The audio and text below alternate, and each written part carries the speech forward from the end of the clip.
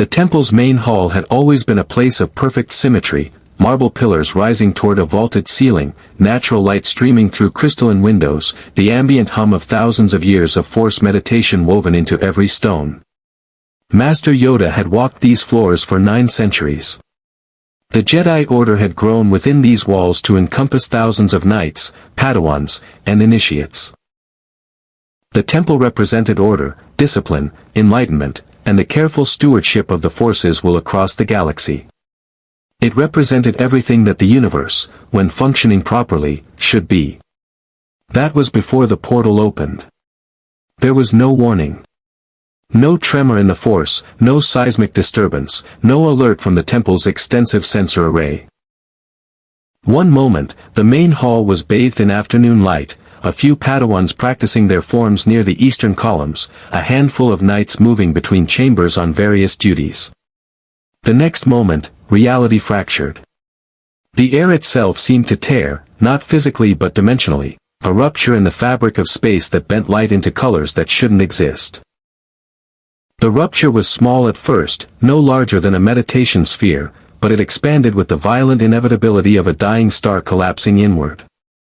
The light it emitted was sickly purple-black, threaded through with silver lightning that arced between dimensions like neurons firing in a dying brain.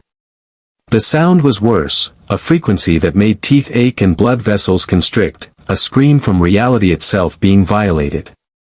Then something came through. The first to emerge was the woman. If woman was even the correct designation. Her skin was a deep crimson, the color of arterial blood, covered in demonic tattoos that seemed to writhe when looked at directly. Her eyes were large, golden, with vertical pupils like a predator's. She wore clothing that appeared to be leather and chaos in equal measure, adorned with chains and spikes that shouldn't have been able to stay attached to her form. She was small by humanoid standards, perhaps 5 feet tall, but the way she moved suggested that size was irrelevant to her threat assessment. "Well," she said, her voice carrying the rasp of gravel being ground beneath something enormous, "that was not the portal I was expecting." Ash? Where the hell are we? The second figure emerged from the portal with the slow, deliberate grace of something that had all the time in the universe and was genuinely uninterested in using it quickly. He was tall, impossibly tall, with shoulders broad enough to block out the portal's sickly light. His skin was a shade of gray that suggested a death that had somehow learned to walk and think. His eyes were solid black, no pupil, no iris, just an absence of light so complete it seemed to absorb the space around them. He wore simple black clothing, a long coat, dark pants, boots that made no sound despite his weight, and his presence occupied more space than his physical form should have allowed. This was Acheron. This was Simi. The portal behind them collapsed with a sound like a star imploding, the dimensional rupture sealing itself shut as if the universe itself was suddenly desperate to contain what it had just allowed through. For a moment, there was absolute silence in the temple's main hall. Then the alarms began. "Intruder alert," a calm, synthesized voice announced through the temple's communication system. "Unauthorized dimensional incursion in the main hall. All available Jedi to defensive positions. Padawans, return to your chambers. This is not a drill." Simi looked at Acheron with a mixture of confusion and indignation. "I don't like this place already. It's too clean and orderly. Where are the screaming demons? The chaos? The general sense that reality might collapse at any moment?" "That was the portal," Acheron replied, his voice carrying the weight of centuries, literally, given his actual age. "This appears to be somewhere else." "Well, yeah, genius," Simi snapped, but she moved closer to him anyway, her demonic form relaxing slightly into a protective stance that had been ingrained through countless millennia of existing in hostile environments. "Where's somewhere else?" Acheron didn't answer immediately.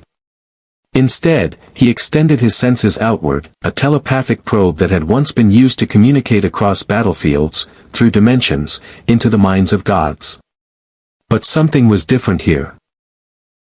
The telepathic channels he'd always relied on felt blocked. Not blocked by any power he recognized, but by something systemic, something that permeated this entire space like a field. "I'm not sure," he said finally, and his uncertainty was perhaps more frightening than anything else could have been. The first Jedi to arrive were 3 knights. Their lightsabers already ignited, the blue and green plasma blades humming with that distinctive frequency that Acheron's ancient mind recognized as dangerous, controlled, and completely unknown to his experience. Behind them came a dozen more, and behind them, more still, filtering into the main hall from every entrance and corridor. Within seconds, the 2 travelers from the Dark Hunter's world were surrounded by an expanding circle of robed figures, each one radiating a kind of presence that Acheron could only describe as wrong. It wasn't hostile, not exactly. But it was pervasive, like being submerged in an ocean that had consciousness and was actively examining you. "Don't move," the lead knight commanded. He was human, with a scarred face and the bearing of someone who had spent considerable time making difficult decisions. "Identify yourselves. What are you? How did you breach temple security?" "I'm Simi," the demon announced cheerfully, completely ignoring the command not to move and instead gesturing expansively at their surroundings. "This is Ash. We came through a portal that was definitely not supposed to bring us here. So, question for you fancy robe people, where the hell is here?" Acheron placed a hand on Simi's shoulder, not to restrain her, but to ground himself. The gesture was intimate, automatic, born from millennia of being bound together by curse and choice. To the Jedi surrounding them, it looked like a threat assessment, an adult deciding whether to shield or deploy their companion. "We mean no harm," Acheron said, and his voice was such that every Jedi in the chamber felt it, not through their ears but through something deeper. Some of them gasped. Others gripped their lightsabers tighter. A few stepped backward involuntarily. "We are displaced. We seek only to understand where we are and how to return home." The lead knight's expression shifted. "That voice. I can't quite," he paused, and Acheron watched as the man attempted something. His eyes closed for a fraction of a second, and Acheron felt the probe, a telepathic touch, gentle but firm, attempting to sense him through this overwhelming presence that filled the temple. The probe found nothing. It was as if Acheron existed in a void that the Force, which Acheron now understood was the source of this pervasive presence, could not penetrate. The knight's eyes snapped open, and fear flickered across his scarred features for just a moment before discipline reasserted control. "Stand down," a new voice commanded, and the crowd of Jedi parted slightly to allow passage for an older man, human, with kind eyes and a measured bearing that suggested someone used to making decisions that affected billions. "I am Master Ki-Adi-Mundi. You are in the Jedi Temple, on the planet Coruscant, in the Republic during the Clone Wars. We mean you no harm, but we must understand what you are and how you arrived." Acheron processed this information with the speed of a being who had lived long enough to see civilizations rise and fall like tides. "The Jedi Temple. The Force. You sense nothing of us?" "Nothing," Ki-Adi-Mundi confirmed. His expression reflecting genuine scholarly curiosity now overriding the military caution. "You are invisible to the Force. To us, you are a paradox, present, physical, but fundamentally absent from the fundamental energy that binds all living things." "Well, that's just rude," Simi muttered.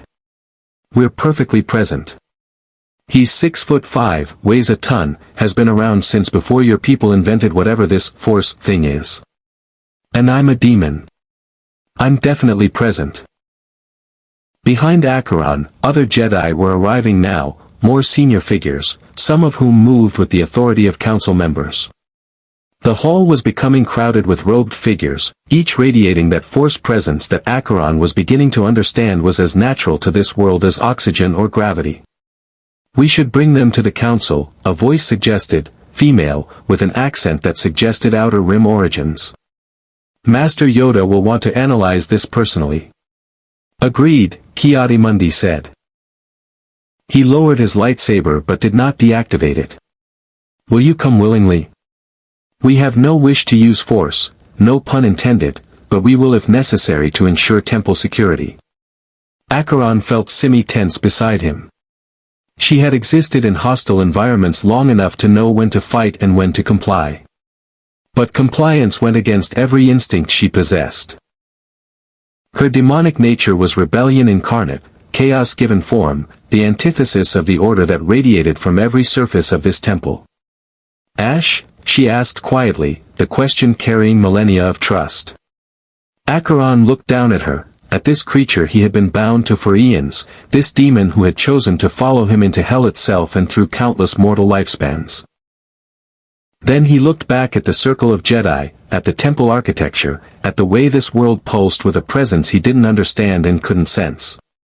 "We came here through forces beyond our control," he said finally. "Understanding this world is the only path to returning home. We comply."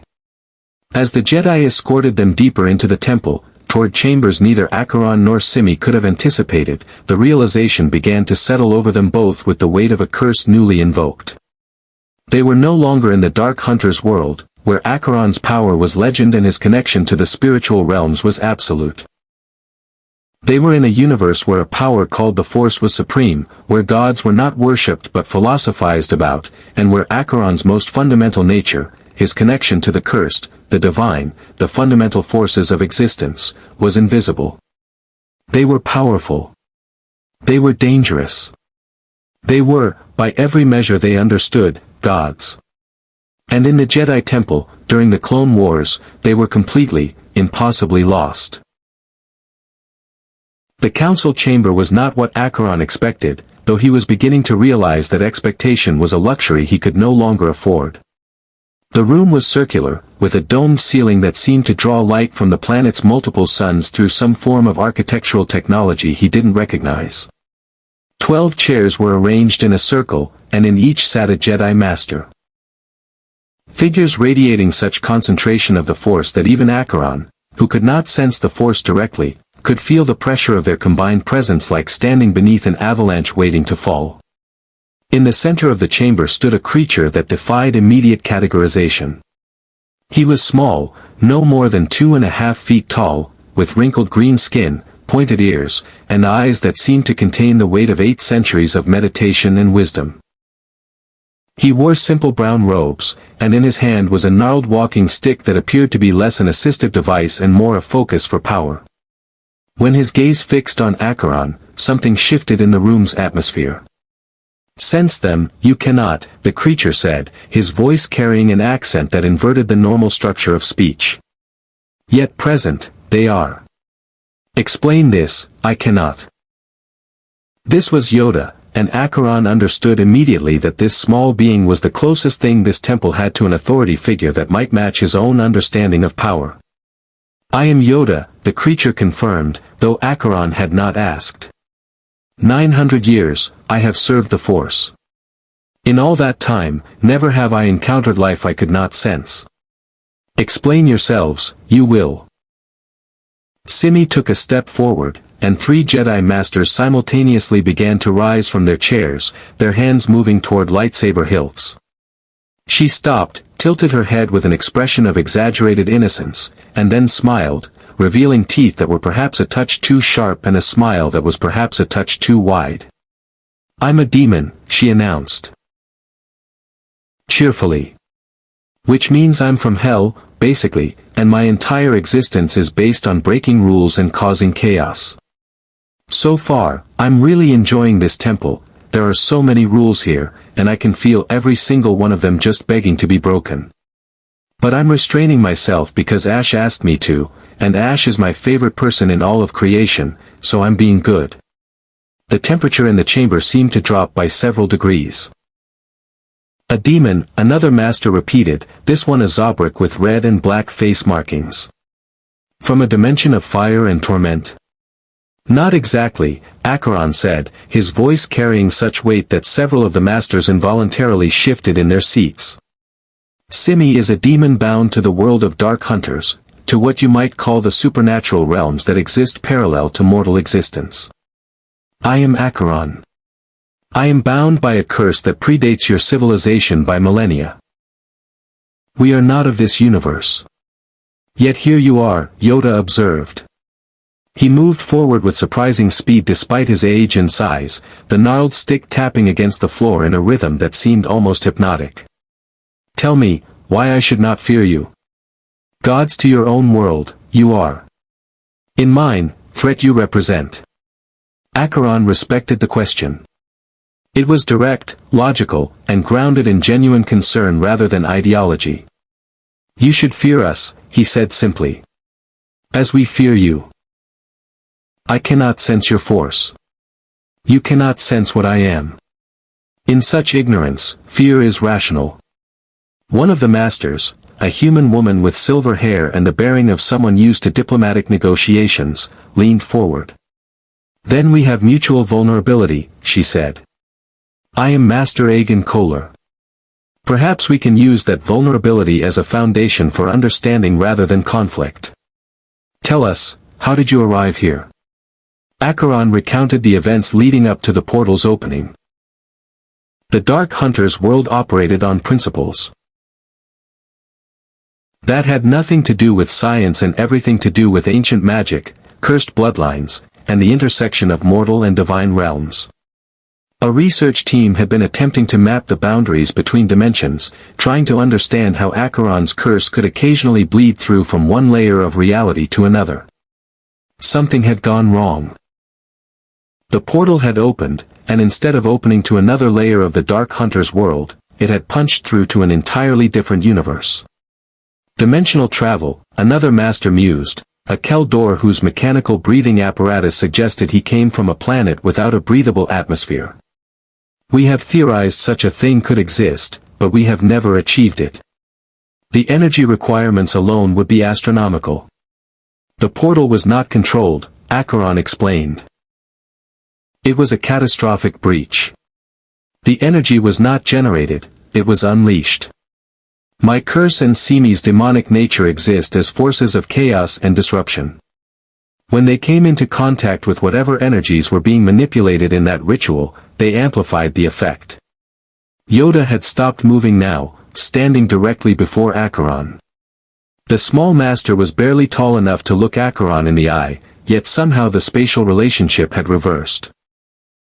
Acheron felt as though he were looking down at something vastly larger and more imposing. Feel the Force, you do not, Yoda said. Yet exist in the Force, you must. All living things, connected to the Force, they are. Invisible to us, you are. Means what? It means, Acheron said carefully, that we operate on a different metaphysical frequency. In my world, the Force, the energy you describe, does not exist. What exists is the divine, the cursed, the spiritual intersection of mortal and immortal. Your force seems to be your universe's fundamental binding energy. My power predates any such binding. It exists outside your system. The chamber fell silent for a long moment. Acheron could sense the Jedi Masters processing this information, trying to fit it into frameworks of understanding that had been built across centuries of study and meditation. The Force, to them, was not merely a tool or a philosophy, it was the fundamental nature of reality itself. The notion that something could exist outside it, or operate according to different rules, seemed to violate something as basic as gravity or light. Many questions, I have, Yoda finally said. But first, answer you will, harm the temple, do you intend? No, Acheron said. It was the truth, but it was also incomplete. He had no intention of harming the temple, but he also had no guarantee that his and Simi's mere presence wouldn't cause disruption. In his experience, change and harm were often indistinguishable. Then quarters, we will provide, Yoda decided. Under guard, you will remain. Understand us, we will. And understand yourselves, you will also. Many secrets, the temple holds about the Force. Perhaps secrets about your world, we will discover. The Jedi escorting them to their quarters were polite but vigilant. The chambers they were given were in a sealed wing of the temple, with 4 armed knights stationed outside and security measures that Acheron recognized as designed to prevent both escape and external communication. It was a comfortable prison, but a prison nonetheless. Simi immediately began exploring, testing the boundaries of their confinement with the enthusiasm of someone who had never encountered a locked door she didn't want to break down. She ran her fingers along the walls, examining the architecture, identifying the pressure sensors and energy barriers with the instinctive knowledge of someone who had spent eons learning how to circumvent security systems. "We could leave whenever we wanted," she announced after about 10 minutes. "The barriers are sophisticated, but demonic strength breaks most things. And your presence would probably fry their electronics anyway, if you flex just right." "We won't," Acheron said. He moved to the chamber's window, looking out across Coruscant's sprawling cityscape. The planet was entirely urban, one massive city world that extended from pole to pole, with buildings that stretched into the stratosphere and technologies that made even the supernatural world of Dark Hunters look primitive. "We came here through forces we don't understand. The only way to return home is to understand those forces. That means cooperating with the Jedi."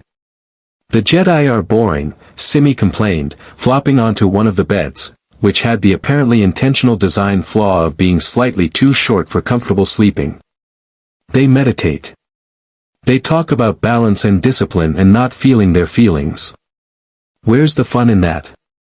Where's the chaos? The unpredictability?"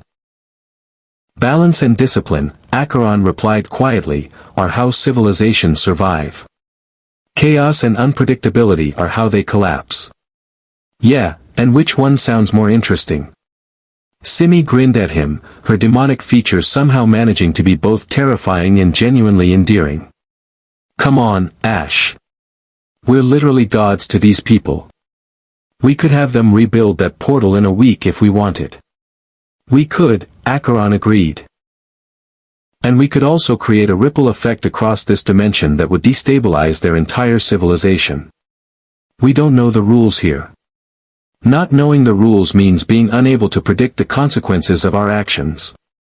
It was a philosophy that went against every instinct Simi possessed, but it was also one she had learned to respect over the eons of their association. Acheron had always been the strategic thinker, the one who looked beyond immediate gratification toward long-term implications. Simi provided the chaos, the unpredictability, the willingness to burn down any system that didn't serve her purposes. Together, they functioned better than apart. A balance of order and chaos that ironically mirrored the very philosophy the Jedi seemed to be built upon. The next morning, or what passed for morning in a city world with no natural day-night cycle, they were summoned back to the council chamber. But this time, there was only one master waiting, a man in his 50s, human, with a calm bearing and the kind of eyes that had seen too much violence and learned to live with it anyway. "I am Master Obi-Wan Kenobi," he introduced himself. "I've been assigned as your liaison to the council. They've asked me to help you understand our world, and to help us understand yours." "Why you?" Acheron asked. It was a straightforward question, but there was something in Kenobi's presence that suggested he had been chosen for specific reasons. "Because I'm a diplomat as much as a warrior," Kenobi replied. "And because I've spent enough time in combat against beings I don't fully understand to know that understanding is always preferable to assumptions." He paused, studying Acheron with those two wise eyes. "Also, because I recently had an experience with the Force that the Council found concerning. I think we might have more in common than you'd expect." Before Acheron could ask what he meant, Kenobi continued, "The Council wants you to participate in a series of tests. Nothing harmful. We simply need to understand the nature of your power and how it interacts with the Force. Are you willing?" Acheron exchanged a glance with Simi. In that glance was centuries of shared danger, shared trust, and shared understanding. Simi nodded, barely perceptible but clear enough. "We are willing," Acheron said. What neither of them anticipated was that these tests would not merely teach the Jedi about their world, but would also begin to reveal something far more significant. That the Force and Acheron's curse, while operating on different principles, might not be as incompatible as they first appeared. And that a darkness was already moving through the Clone Wars, sensing the disturbance, recognizing the anomaly, and preparing to use it for purposes that would make the Jedi's careful testing seem quaint by comparison. The testing chamber was deep within the temple's lower levels, in a space that had been designed for exactly this purpose, isolating Force-sensitive individuals and measuring the precise nature and magnitude of their connection to the living energy that bound the galaxy together. Rows of sensors lined the walls, calibrated to detect even the faintest fluctuation in Force presence. Monitoring stations were staffed by technicians and junior masters, all of them watching readouts that Acheron suspected would remain stubbornly blank when it came to measuring anything about him. Master Kenobi stood to one side, observing rather than directing. Beside him was a younger Padawan, perhaps 17 or 18 years old, with anxious eyes and a lightsaber at his hip. The boy looked terrified. "This is Padawan Anakin Skywalker," Kenobi introduced. "He'll be assisting with the tests. Anakin, meet Acheron and Simi." Anakin nodded respectfully, though his eyes never left Acheron. There was something in his gaze, a hunger, almost, as if he were looking at a puzzle he desperately needed to solve. Acheron had seen that look before, in the eyes of scholars and sorcerers and beings who believed that understanding could grant power. The first test was simple. Kenobi asked Acheron to stand in the center of the chamber while the sensors attempted to measure his Force signature. Nothing appeared on any of the readouts. The technicians conferred in low voices, made adjustments, tried different settings. Still nothing. "Interesting," Kenobi mused. "You're not being suppressed. The sensors aren't detecting interference or active shielding. You're simply not there, from the Force's perspective." "I exist," Simi pointed out, in case there was any confusion. "Trust me, we're very real. I can prove it by breaking something if you want." "That won't be necessary," Kenobi replied, but Acheron caught the faint smile. This was a man who had learned to appreciate directness, probably through extensive exposure to beings and situations where subtlety wasted valuable time. The second test involved Acheron attempting to lift objects using the Force. Kenobi placed a small metal sphere in the center of the chamber and asked Acheron to move it using only his mind. Acheron reached out with his telepathic abilities, the same power he used to communicate across distances and dimensions. He felt the sphere. Felt its physical structure, its atomic composition, the empty space within and around it. He pushed with his mind, exerting the kind of force that should have sent the sphere flying across the chamber. The sphere didn't move. "The Force is not telepathy," Kenobi explained. "It's a living energy that permeates all matter and all space. It's not about moving things with your mind, it's about becoming one with the fundamental energy and then suggesting movement. The distinction is subtle but important." "And I cannot do it," Acheron said, understanding immediately. "Not as we do it," Kenobi agreed. "But you could, theoretically, move the sphere using raw physical force. That's not what we're testing though." The third test was more philosophical. Kenobi asked Acheron to attempt to sense a Padawan hidden somewhere in the temple, using only the Force. Acheron explained that he couldn't, that he had no access to the Force whatsoever. Kenobi nodded as if this confirmed something he had suspected. Then came the fourth test, and everything changed. "This is something different," Kenobi said, his tone shifting to something more serious. "I want you to attempt to sense Anakin's future. Not through the Force, but through whatever means you use to perceive destiny or fate in your world." Acheron looked at the young Padawan, really looked at him for the first time. And immediately, he understood why Kenobi had chosen this test. Anakin Skywalker's future was visible to him in a way that the futures of Force-sensitives should not be visible. Because Anakin was operating on a different metaphysical frequency than the rest of the Jedi. The Force flowed through him differently, wilder, more turbulent, less controlled. His potential was vast, almost as vast as. Acheron stopped himself from finishing that thought, but it was already too late. He had sensed something that the Jedi Council had apparently tried very hard not to sense themselves. "What did you see?" Kenobi asked quietly. "Nothing I should share with a Padawan present," Acheron replied carefully. Kenobi nodded slowly. "Anakin, wait outside with the technicians." The boy left reluctantly, his eyes still fixed on Acheron as if he could force understanding through sheer intensity of focus. Once he was gone, Kenobi leaned against one of the monitoring stations and allowed himself a tired smile. "You sensed something about him," Kenobi said. "Something that terrifies me, though I've never been able to articulate exactly what." "Tell me." Acheron chose his words carefully. In his world, he had learned that information was a currency more valuable than gold or power. But he had also learned that some truths, spoken at the right moment to the right person, could change the course of history. "The boy's potential is unprecedented," Acheron said. "But his path is unstable. He is caught between opposing forces, loyalty and ambition, love and duty, control and power. In my world, I would say he is cursed. In yours, I do not know what you would call it." "Balance is the Force's fundamental nature," Kenobi said softly. "But sometimes individuals are born with an imbalance, with potential for extraordinary light or extraordinary darkness. Anakin has always seemed to be teetering on that edge." He paused, and when he spoke again, his voice carried the weight of a confession. "I recently experienced something that the Council still doesn't fully understand.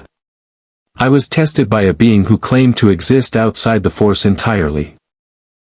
A spirit, or a ghost, or something that had learned to bypass the Force's influence. It told me that Anakin's destiny would be the pivot point for everything, for the entire future of the galaxy.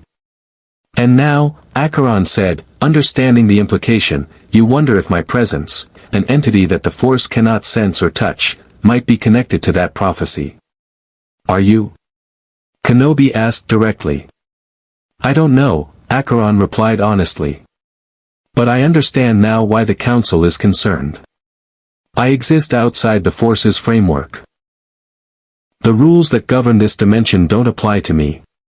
That makes me unpredictable in a universe built entirely on the assumption that everything operates according to Force principles.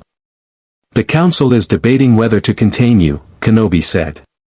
"Master Windu argues for placing you in stasis, keeping you separate from the temple until we can determine if you're a threat. Master Yoda believes that understanding you is more important than containing you. The others are divided." "And what do you believe?" Acheron asked. Kenobi was quiet for a long moment. "I believe that the universe just became much more complicated, and I'm not sure if that's good or bad. I believe that Anakin is going to meet you soon, and that meeting will affect his path in ways neither of us can predict. And I believe that whatever brought you here was no accident, that there are forces at work in this galaxy that even the Force cannot fully comprehend." He straightened up, and the weariness in his bearing was suddenly evident.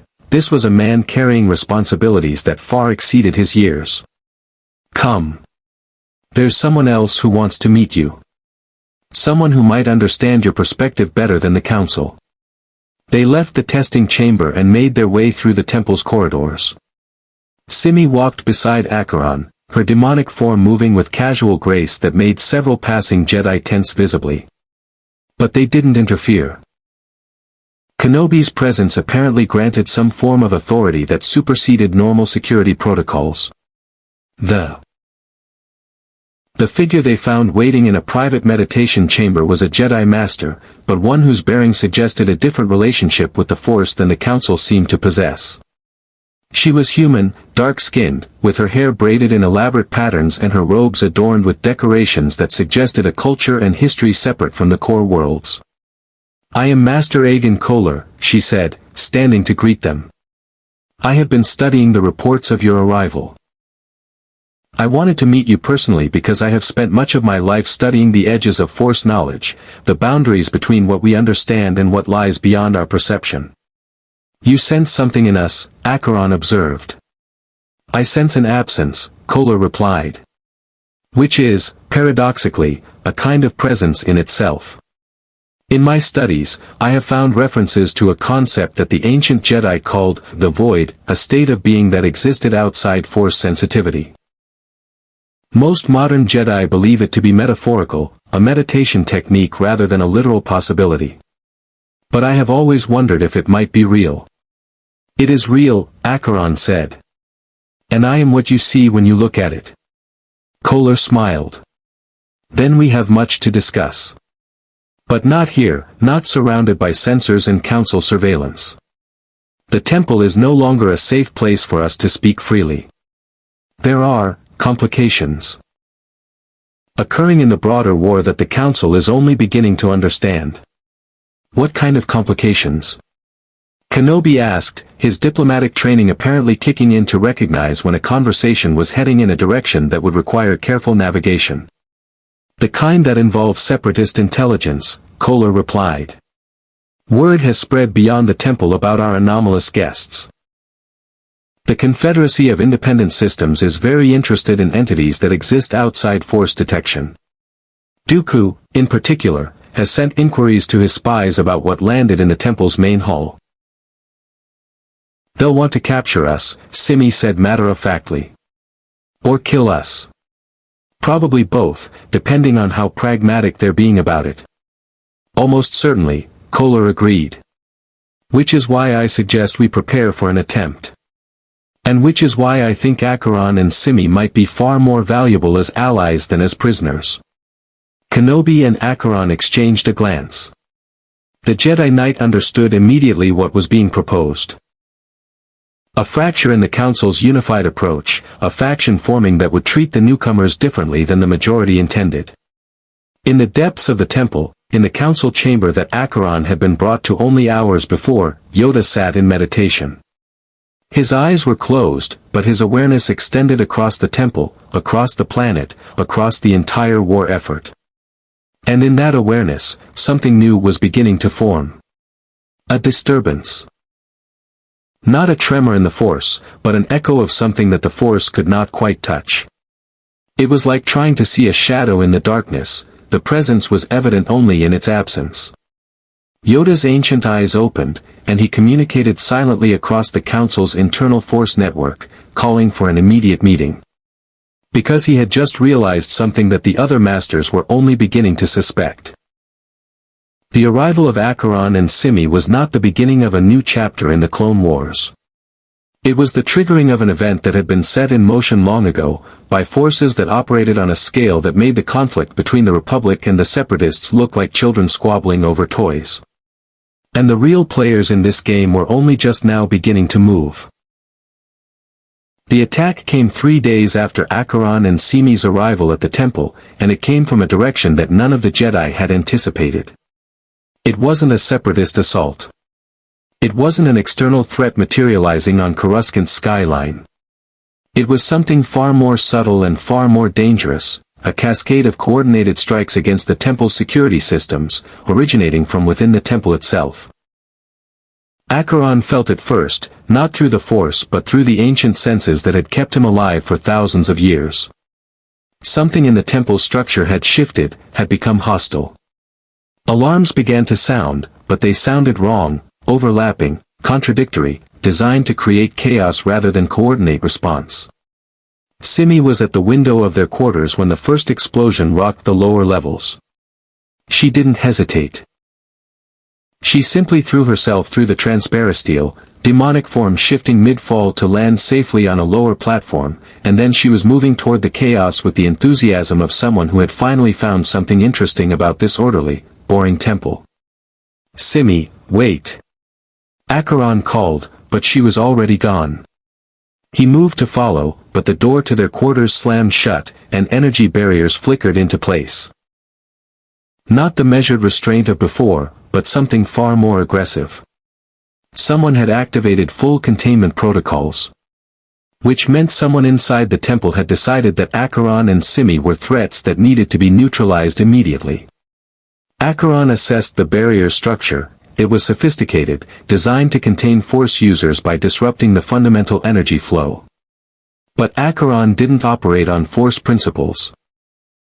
He reached out with his power, the same power that had allowed him to survive curses that should have destroyed him, and began to dismantle the barrier at its most basic level. The barrier didn't shatter. Instead, it fragmented, not catastrophically, but methodically, as if Acheron were unraveling a tapestry one thread at a time. Within seconds, it was gone, and Acheron was moving through the temple's corridors toward the sounds of combat. The main hall was chaos. A battalion of clone troopers had somehow breached the temple's security and were now engaging Jedi Knights in close-quarters combat. The clones moved with a coordination that suggested they had been specifically trained for anti-Jedi tactics. Their blasters were configured to fire faster than lightsabers could deflect, their grenades were timed to detonate in patterns that forced Jedi to choose between blocking one attack or evading another, and they moved in formations that exploited weaknesses in individual lightsaber techniques. The Jedi were holding them back, but barely. Kenobi was in the thick of it, his lightsaber moving in patterns that seemed to blend attack and defense into a single flowing motion. Master Windu was nearby, his purple lightsaber cutting through the chaos with controlled precision. But there were too many troopers, and they were pressing deeper into the temple with every passing second. Stop! Acheron's voice echoed through the hall, not loud but carrying such weight that every combatant froze involuntarily. For just a moment, one perfect moment of absolute silence, he had everyone's attention. Stand down, or face consequences you cannot comprehend, he continued, addressing the clone troopers. I offer you this warning once. One of the clone officers, distinguished by blue markings on his armor, laughed. It was a sound without humor, without warmth, without any of the characteristics that should define a living being's laughter. We have our orders, the clone said, and something in his voice was wrong. It wasn't just mechanical discipline. It was something else, something that Acheron recognized from his long experience with cursed beings and entities enslaved to alien wills. You're not fully yourselves, Acheron said, understanding flooding through him. Someone has enslaved your will. A Force user, powerful enough to override your own consciousness. The clone officer raised his blaster.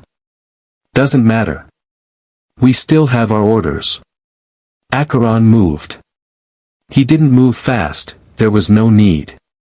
The clones, for all their training, were still bound by the physical laws of this universe. They had reaction times measured in fractions of seconds. Acheron had reaction times measured in milliseconds, and more importantly, he had reflexes honed across millennia of combat. He crossed the distance between himself and the clone battalion in what felt like a single fluid motion, moving through their formation like a storm through clouds. He didn't kill them. He understood, on some level, that these soldiers were victims as much as threats. Instead, he incapacitated them. Precisely applied pressure that disrupted neural function without causing permanent damage, strikes to pressure points that rendered them unconscious without shattering bones. Within 30 seconds, every clone trooper in the main hall was unconscious or dying from wounds that would be survivable if treated quickly. The silence that followed was absolute. How did you? Kenobi started, but Acheron was already moving past him, following the trail of the Force user who had enslaved the clones. He could sense them now, not through the Force but through the disturbance they created in the temple's structure, the way their presence bent possibility itself. Simi, he called out through their bond, a connection so old and so deep that it existed outside any single universe or dimension. Where are you? The response came not as words but as a sense of direction, a pull toward the temple's upper levels. Acheron moved toward it, and Kenobi, after a moment's hesitation, followed. Understanding that whatever was happening, it was beyond the scope of normal Jedi security protocols. They found Simi on a landing platform overlooking the temple's main plaza. She was facing off against a figure that Acheron recognized immediately as something far more dangerous than a clone trooper or even a Jedi Master. The figure was humanoid, male, with an intensity in his eyes that suggested someone operating on a level of consciousness that transcended normal existence. His presence radiated power. Not force power, but something that existed in parallel with it, a kind of dark will that twisted possibility itself. Simi, the figure said, his voice carrying the weight of absolute authority. You should not have survived the dimensional rupture. Your demonic nature should have been destroyed by the transition between realities. Yeah, well, I'm surprisingly hard to kill, Simi replied, her casual tone belying the tension in her demonic form. And Ash wouldn't let me die. We're bonded, remember? Anything that kills me kills him, and Ash really doesn't want to die right now. The figure turned his attention to Acheron, and for the first time, genuine concern flickered across his features. Ash, he breathed. Acheron. The cursed one. The one who exists between mortal and immortal, between God and man, between the dark and the light. You know me, Acheron said, and it wasn't a question.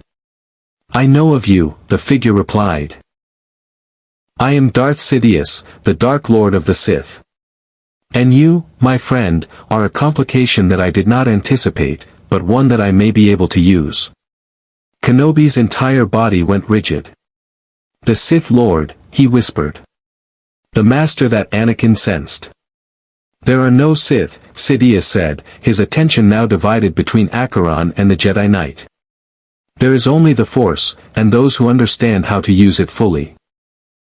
I have been orchestrating this war for years, moving pieces on a galactic chessboard.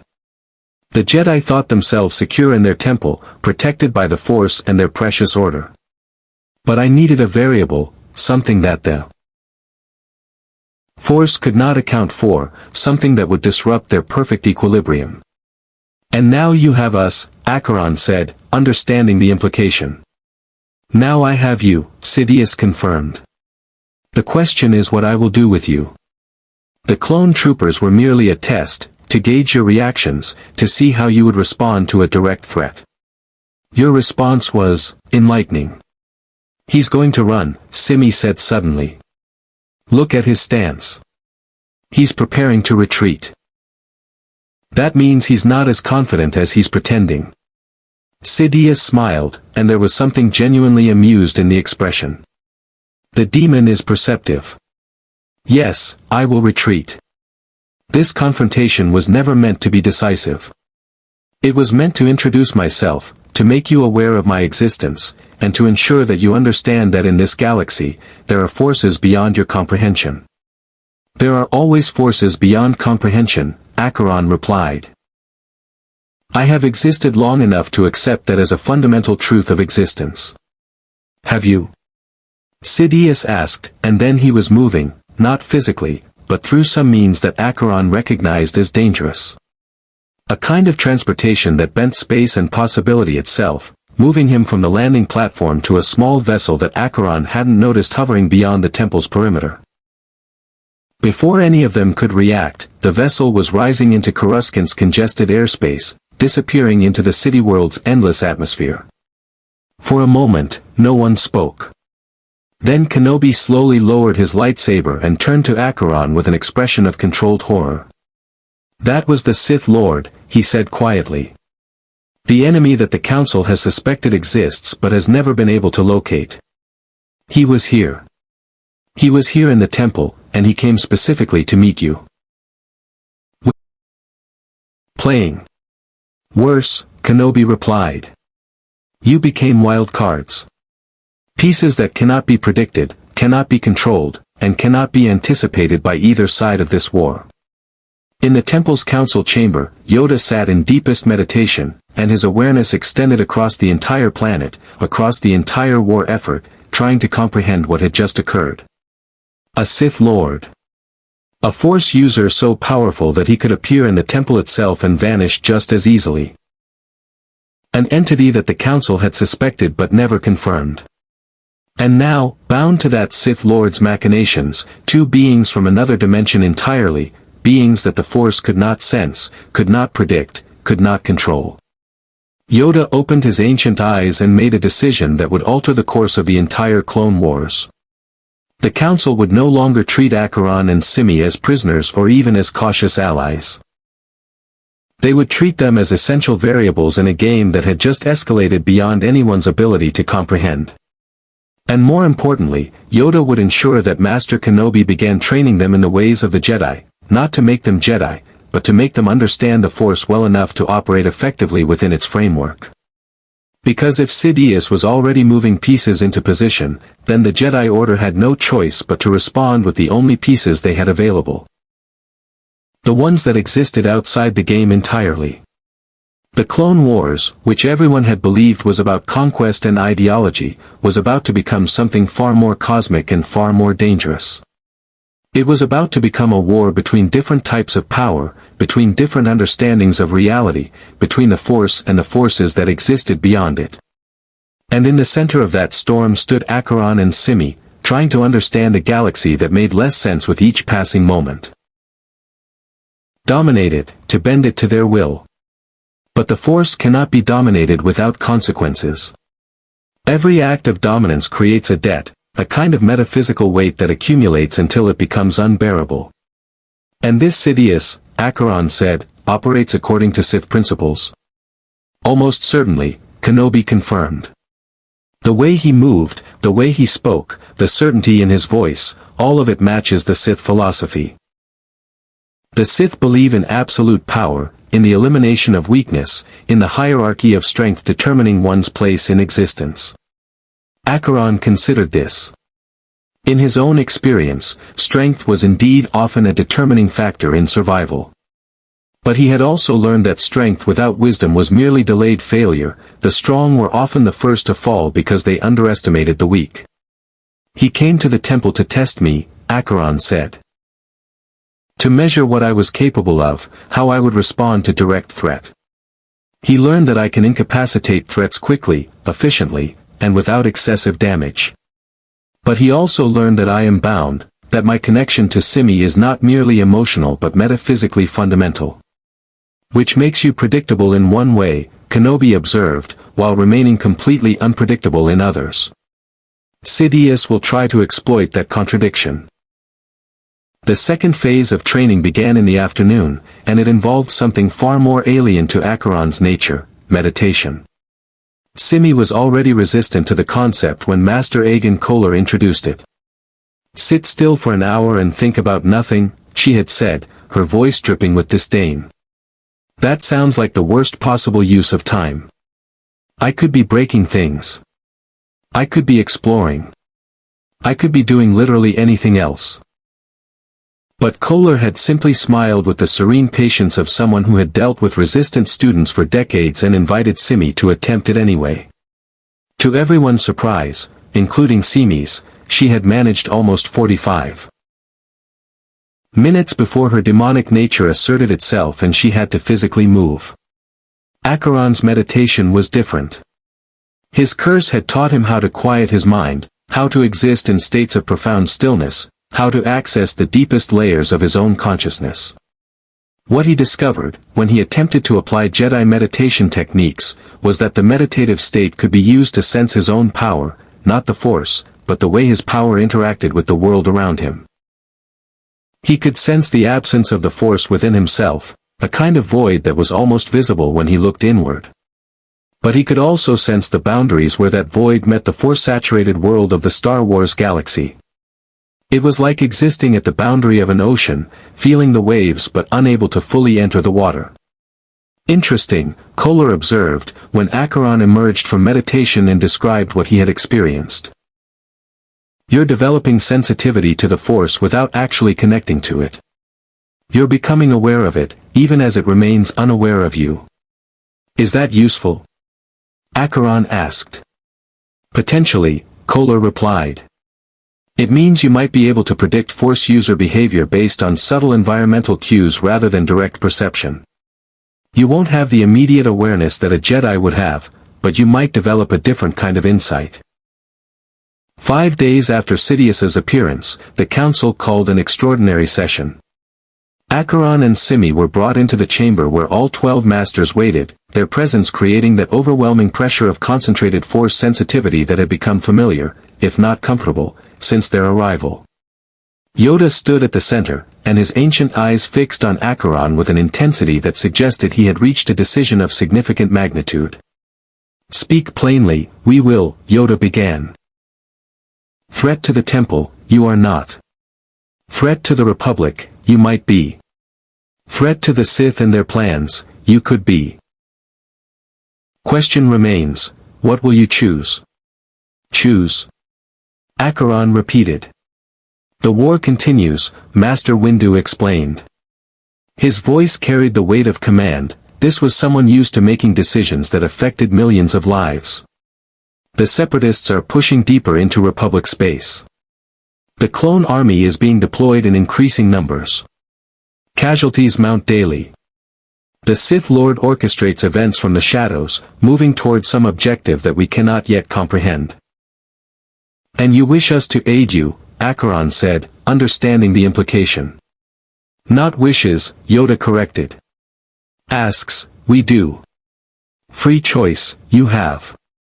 But understand consequences, you should. Neutral remain, and the Sith Lord will move against you as threats to his plans. Join the Republic, and the Separatists will target you as enemies. Seek your own path, and both sides will pursue you as variables that cannot be predicted." It was, Acheron realized, actually honest. The Council wasn't pretending that choosing to help them would be safe or simple. They were acknowledging the reality of the situation and offering Acheron the choice anyway. "What would you ask of me?" he said. "Serve as our representative," Master Kohler said. "Travel to locations where Separatist forces are massing. Use your abilities to disrupt their plans, to gather intelligence, to prevent the loss of innocent lives. You would operate under the authority of Starfleet." "Starfleet?" Simi interjected. "That's not what they call their military here. The Republic Navy," Kohler corrected. "You would work in coordination with our forces, but also independently where necessary. You would remain free agents, bound only by your choice to aid the Republic." Acheron felt Simi's presence through their bond, her uncertainty, her conflict between the desire for freedom and the dawning realization that this universe was too dangerous to navigate alone. After millennia together, they didn't need words to communicate. Understanding passed between them.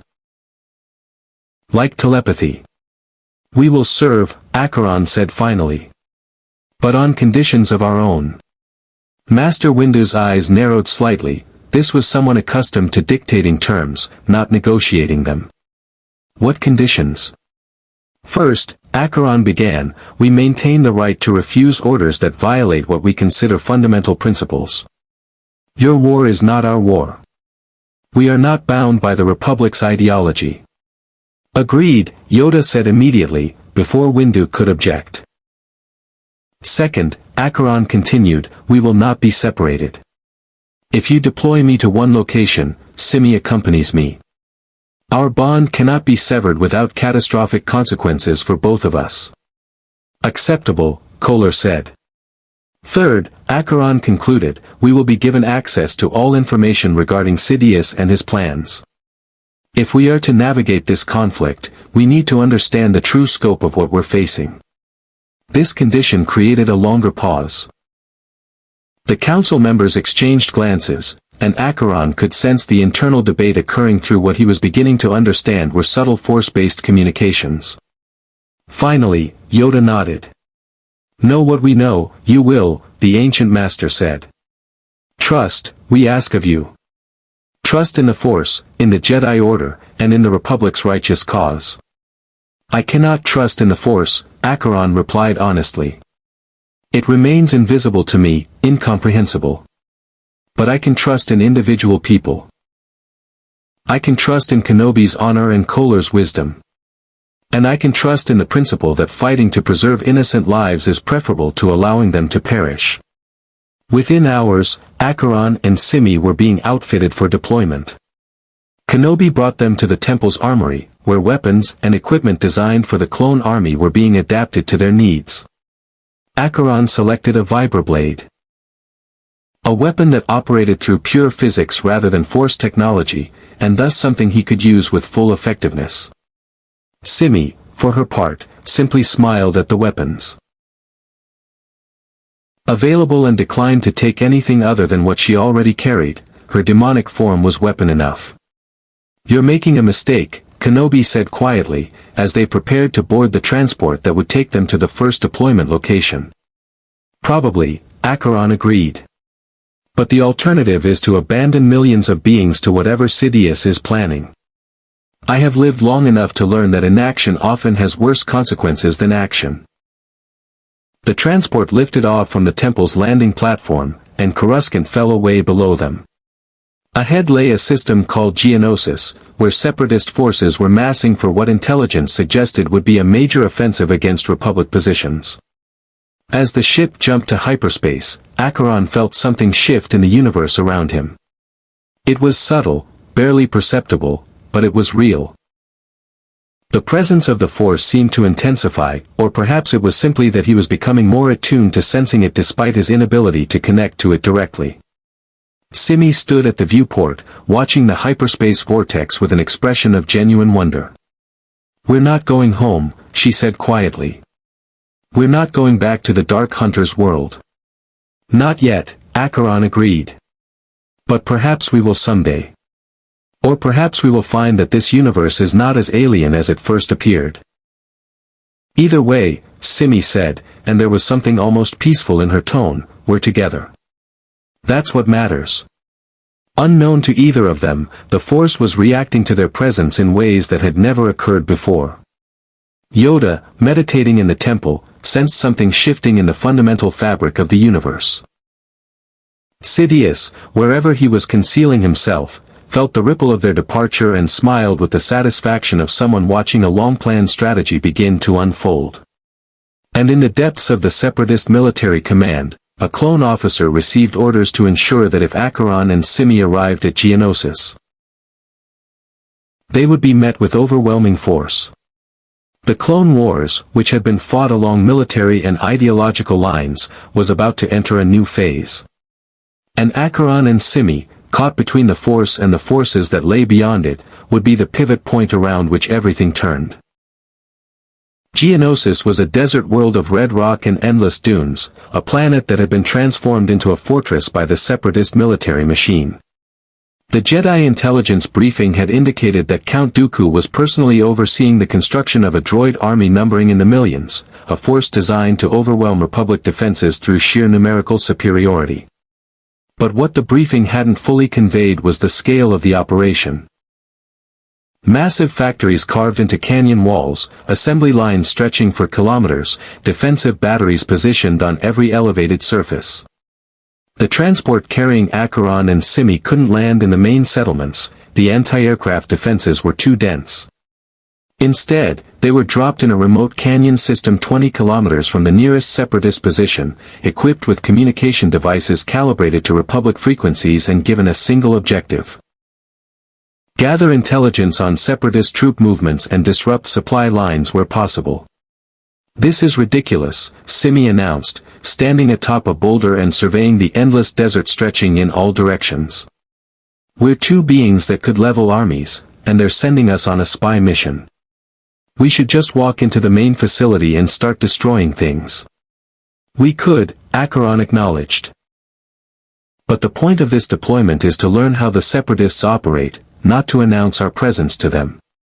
Subtlety has its uses." They began moving toward the nearest factory complex, Simi's demonic form allowing her to navigate the treacherous canyon terrain with ease while Acheron used his superior strength and millennia of combat experience to move efficiently across the landscape. It took 4 hours to reach their first objective. A supply depot positioned in a narrow canyon pass, apparently unguarded except for surveillance systems. "Watch this," Simi said, and before Acheron could respond, she had moved forward and simply destroyed the surveillance camera with a casual swipe of her hand. The mechanical device shattered, sparks falling to the sand below. Subtle, Acheron observed dryly. I'm a demon, Simi replied with absolute certainty. Subtlety isn't in my nature. Besides, they're going to know we're here eventually. Might as well enjoy ourselves. They moved into the supply depot, and discovered something that the Jedi intelligence briefing had completely missed. The depot wasn't storing military supplies. It was storing clone troopers, thousands of them, in some kind of stasis, waiting to be activated and deployed. But more disturbing was the discovery of what appeared to be a control mechanism, a small crystalline device, pulsing with a faint red light, that seemed to be connected to the stasis chambers through some kind of energy grid. This is wrong, Acheron said, extending his senses toward the device. He could feel something through it. A presence, distant but unmistakable, that radiated pure malevolence. This is how Sidious controls the clone army. Through some kind of conduit, he can issue commands directly to the troopers without going through normal military channels. So the Republic's clone soldiers are slaves, Simi said, understanding the implication immediately. They think they're serving their government, but they're actually serving the Sith Lord. Not all of them, Acheron replied. Some have been trained to resist the influence. But the vast majority are completely under his control. The entire Republic military infrastructure is compromised. They had just transmitted this information back to the temple when the canyon erupted into violence. Separatist forces came at them from 3 directions simultaneously, not clones, but battle droids, mechanical soldiers with blaster cannons for hands and programming that made them relentless and utterly fearless. They moved in coordinated formations, establishing crossfire patterns designed to eliminate targets through overwhelming firepower. Simi transformed fully then, her demonic nature expanding until she was a towering figure of chaos and fury, her wings spreading wide enough to block out the sun, her eyes blazing with infernal light. She moved through the droids like a storm through water, tearing them apart with her bare hands, her demonic strength making short work of machinery that had been engineered to withstand conventional weapons. Acheron did something different. He moved with lethal precision, using the terrain to his advantage, flowing through the battle with the grace of someone who had trained in combat across millennia. He didn't simply destroy the droids, he disabled them, removed their power cores, exploited their mechanical nature to shut them down without causing massive collateral damage. But there were too many of them. The droids kept coming, wave after wave, and Acheron realized that this wasn't a random patrol, they were being hunted. Someone knew they were here and was deploying forces specifically designed to eliminate them. Simi, he called out. We need to move. They broke through the droid formation and began running toward the deeper canyons, the droids pursuing relentlessly. And then, impossibly, the droids stopped.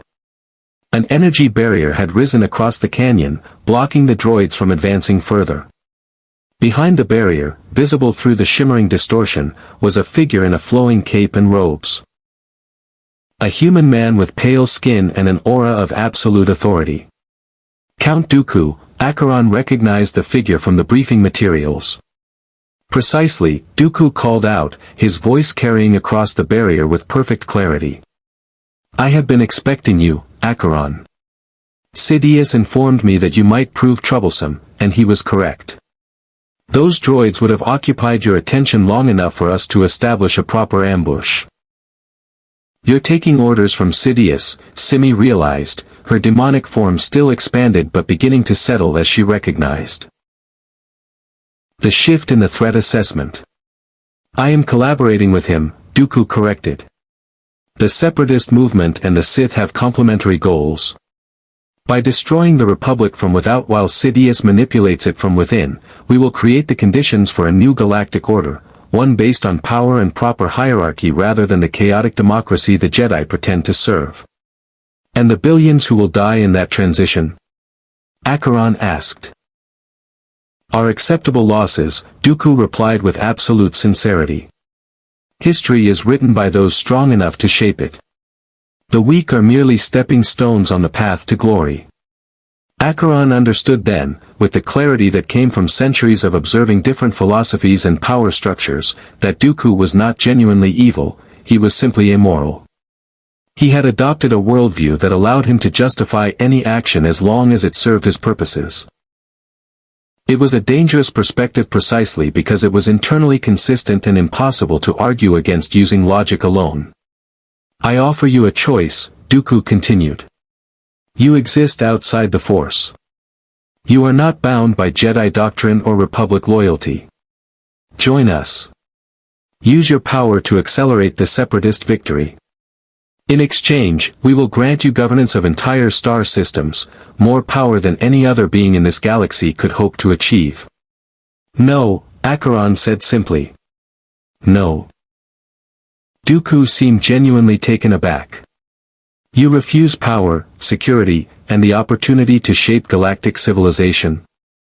I refuse to serve someone who views billions of lives as acceptable losses, Acheron replied. I have lived long enough to learn that civilizations built on that premise collapse under their own weight. Power without ethics is merely delayed failure. Dooku's expression hardened, and the barrier began to shift, transforming from a transparent wall into something far more solid and far more dangerous. Then you are my enemy, he said coldly. And enemies must be eliminated. The barrier collapsed, and thousands of droids surged forward again, but this time accompanied by something far more dangerous, a squad of Magna Guards, elite warriors equipped with energy staffs and programmed with combat algorithms specifically designed to counter Force user tactics. They moved with a precision that suggested they had trained extensively, and they coordinated their assault with the kind of tactical sophistication that indicated something more than simple droid programming. Run! Acheron shouted, and he pulled Simi toward the nearest canyon passage. They moved through the desert landscape at speeds that would have been impossible for normal beings, Simi's demonic form providing raw power while Acheron's tactical knowledge allowed them to choose paths that would slow their pursuers. But the droids were relentless, and they were beginning to close the distance. That was when Master Kenobi arrived. The Jedi Knight emerged from hyperspace in a Republic fighter, his lightsaber already ignited as he coordinated with ground forces that had been staging in a hidden position nearby. The fighter's weaponry tore through the droid formations, providing just enough disruption for Acheron and Simi to reach the landing zone where Republic troops had established a defensive perimeter. We need to leave, Kenobi said, as Acheron and Simi boarded the fighter. Dooku's mobilizing his entire force. We have maybe 10 minutes before this position is overrun. The fighter lifted off, and behind them, Geonosis erupted into conflict. The Separatist air defense systems came online, launching missiles and plasma bursts in desperate attempts to bring the fighter down. But Kenobi had been a starfighter pilot before he was a Jedi Knight, and his piloting skills were matched only by his reflexes. He threaded through the barrage, using the terrain to mask their approach vectors, and within minutes, they had achieved orbital velocity. The intelligence you gathered, Kenobi said. As they began their jump to hyperspace, it changes everything. If the clone army is truly under Sidious's control, then the Republic's entire military structure is compromised. We need to get this information to the Council immediately. There's more, Acheron replied, and he began describing everything he had sensed from the control device, the precision of Sidious's influence, the completeness of his domination over the clone army, the implications for the Republic's defensive strategies. By the time they reached Coruscant, Kenobi's expression had transformed from confidence to something approaching despair. If what you're describing is accurate, he said quietly, then the Republic is already defeated. Sidious doesn't need to win through military strength. He just needs to trigger the right event, and the clone army will turn on the Jedi from within. Then we prevent that event from occurring, Acheron said. How? Kenobi replied, the question carrying the weight of impossible odds. We don't know when he'll trigger it. We don't know what signal he'll use. We don't even know if it's possible to override his control over the clones. The fighter entered the temple's landing bay, and Acheron saw something in Kenobi's eyes that he had never expected to see in a Jedi Master, genuine uncertainty. The Clone Wars had begun as a clear ideological conflict, a straightforward military confrontation between the Republic and the Separatists. But now it had become something far more complex, a chess game being played on multiple levels simultaneously, with pieces moving in directions that no one had anticipated. As they disembarked and made their way toward the council chamber, Acheron realized something crucial: the war had just entered its most dangerous phase. Dooku was moving openly now, revealing his allegiance to Sidious. The Jedi would have to make their stand soon, or they would be swept away by forces they couldn't control and couldn't predict. And somewhere in the shadows, Sidious watched and waited, knowing that the endgame was approaching, knowing that his long-laid plans were finally coming to fruition. The Clone Wars were no longer about conquest or ideology. They were about survival. The council chamber had never felt smaller. Master Yoda sat in his chair, his ancient eyes closed in meditation as the other 11 masters listened to Acheron's report. The information came in precise, devastating detail: the clone army's complete subservience to Sidious, the control mechanism operating through crystalline conduits, the scale of separatist military production, the tactical implications of Dooku's open alignment with the Sith. When Acheron finished speaking, the silence that followed was absolute. Master Windu was the first to break it. If this is accurate, then we have been fighting a war we've already lost. The clone army we rely on for defense is actually our enemy, programmed to turn on us at Sidious's command. Cannot know this with certainty, we do, Yoda cautioned, though his voice lacked conviction. Test this information, we must. But assume truth, we should. Plan accordingly. Plan what? Another master asked, a Keldor named Stas Ali. If the clones can be controlled remotely, then deploying them is useless. We might as well disband the entire military and defend the temple alone.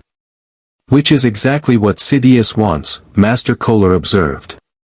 He wants us to doubt the clone army, to hesitate in deploying them. That hesitation creates weakness that the separatists can exploit. Acheron watched the debate unfold, and he understood the core problem. The Jedi were trained to operate according to principles that assumed some baseline level of order and rationality in the universe. But Sidious was playing a game that violated those assumptions. He was using the Jedi's own strengths, their reliance on the Force, their trust in the Republic's institutions, their belief in the possibility of peace through dialogue, against them. There is another option, Acheron said, and every head in the council chamber turned toward him. Speak, Yoda invited. The control mechanism I sensed at Geonosis operates through a combination of technology and force channeling, Acheron explained. I cannot interact with it directly, I cannot touch the Force or manipulate it in the way a Jedi could. But I can observe the points where it interfaces with physical reality. If such devices exist throughout the clone army's deployment zones, they will have physical components that can be destroyed. You propose sabotage, Windu said.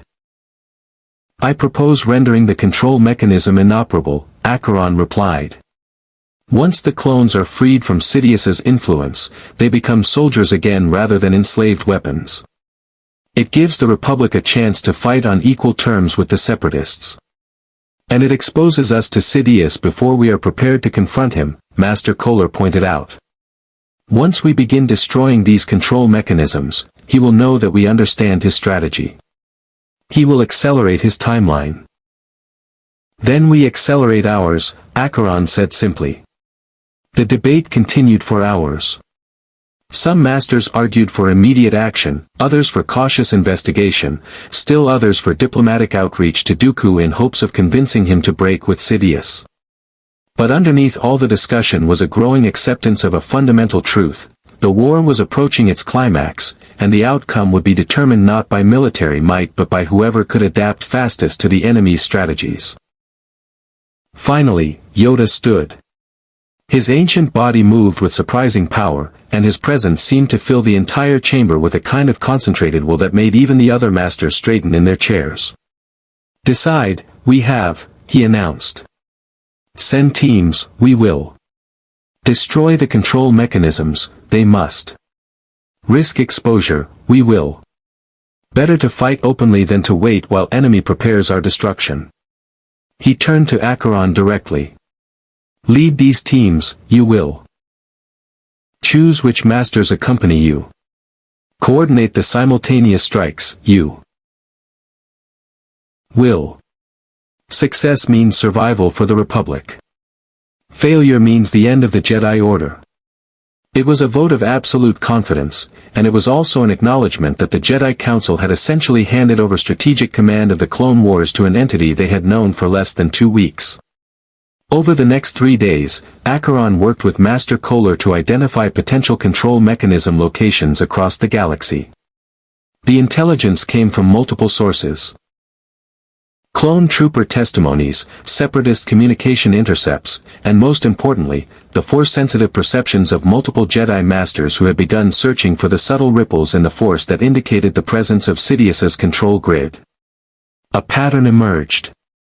The control mechanisms were positioned at strategic military hubs, command centers, training facilities, major deployment zones.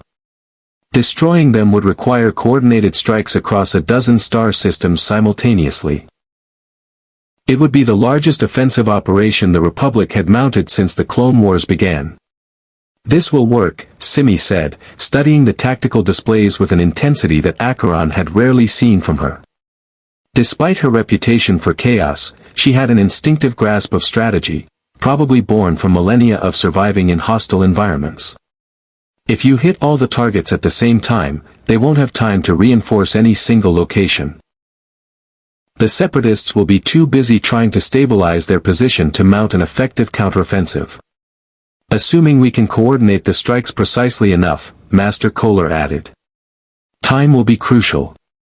If even one attack occurs more than a few minutes before or after the others, Sidious will have warning and can accelerate his plans. Acheron stood before the gathered masters, not all 12, as some were needed for other duties, but the senior ones who would lead the assault teams. Kenobi was there, alongside Kohler, Stas Ali, and several other senior knights. Behind them stood the clone officers who would command the support forces and the junior masters who would serve as assault team leaders. This operation represents our last opportunity to strike at Sidious before he moves his endgame into motion, Acheron said, his voice steady and commanding. The intelligence we have suggests that his plan involves using the clone army to eliminate the Jedi Order simultaneously across multiple locations. If we allow that to happen, the Republic falls. The Jedi Order is destroyed. Billions die. He paused, letting that sink in. But if we succeed, if we free the clone army from his control, we buy time. We create the conditions for a genuine confrontation with the Sith Lord. We give the Republic a chance. What of the Separatists? Master Ali asked. Dooku will not simply surrender. No, Acheron agreed. But without Sidious's orchestration, the Separatist movement becomes simply another faction trying to gain power through military means. They are dangerous, but they are no longer existential threats. The Jedi Order can face them without the additional burden of fighting from within. The operation launched at a specific temporal coordinate, the moment when the Republic's war effort spanned enough star systems that exact synchronization would be measurable in microseconds. Acheron led the primary strike team to the major control hub at Kamino, the clone world where the entire clone army had been engineered. The facility was a marvel of technology, massive dome structures extending into the ocean, artificial atmosphere, genetic engineering laboratories of staggering sophistication. The control mechanism itself was located in the central administrative complex, buried beneath layers of security that took Master Kohler's force sensitivity and Acheron's raw strength nearly an hour to penetrate. When they finally reached the chamber containing the mechanism, Acheron understood immediately why Sidious had placed it here. The device was beautiful, a sculpture of crystalline technology that pulsed with an inner light that suggested something far more sophisticated than mere machinery. It was a work of art designed by someone who understood power at its most fundamental level. Destroy it, Acheron commanded, and he reached out with his curse-born power, the same force that had allowed him to break through barriers and incapacitate clone troopers. He touched the device, and it began to shatter. Not violently, but methodically, as if he were unraveling its very structure at the molecular level. As the mechanism broke apart, Acheron felt something shift in the universe itself. It was subtle, barely perceptible, but it was real. Across a dozen star systems, simultaneously, clone troopers suddenly regained autonomy. The fog of control lifted from their minds, and for the first time in weeks, they were themselves again. The reaction was immediate and catastrophic for the Separatists. Clone armies that had been minutes away from turning on their Jedi commanders suddenly reoriented toward the enemy. Separatist forces found themselves facing weaponry and tactical knowledge that was supposed to be compromised and turned against the Republic. The military balance shifted instantly. But Sidious's response came faster than anyone anticipated. The transmission came through every communication channel simultaneously. A voice that carried such weight and authority that even over subspace, it seemed to bypass normal transmission protocols and speak directly into consciousness. Order 66, the voice announced, and every clone trooper in the galaxy heard it. But this time, the command contained a modification. Rather than targeting the Jedi specifically, it targeted the clone troopers themselves. The control mechanisms that Acheron had been systematically destroying had contained backup protocols.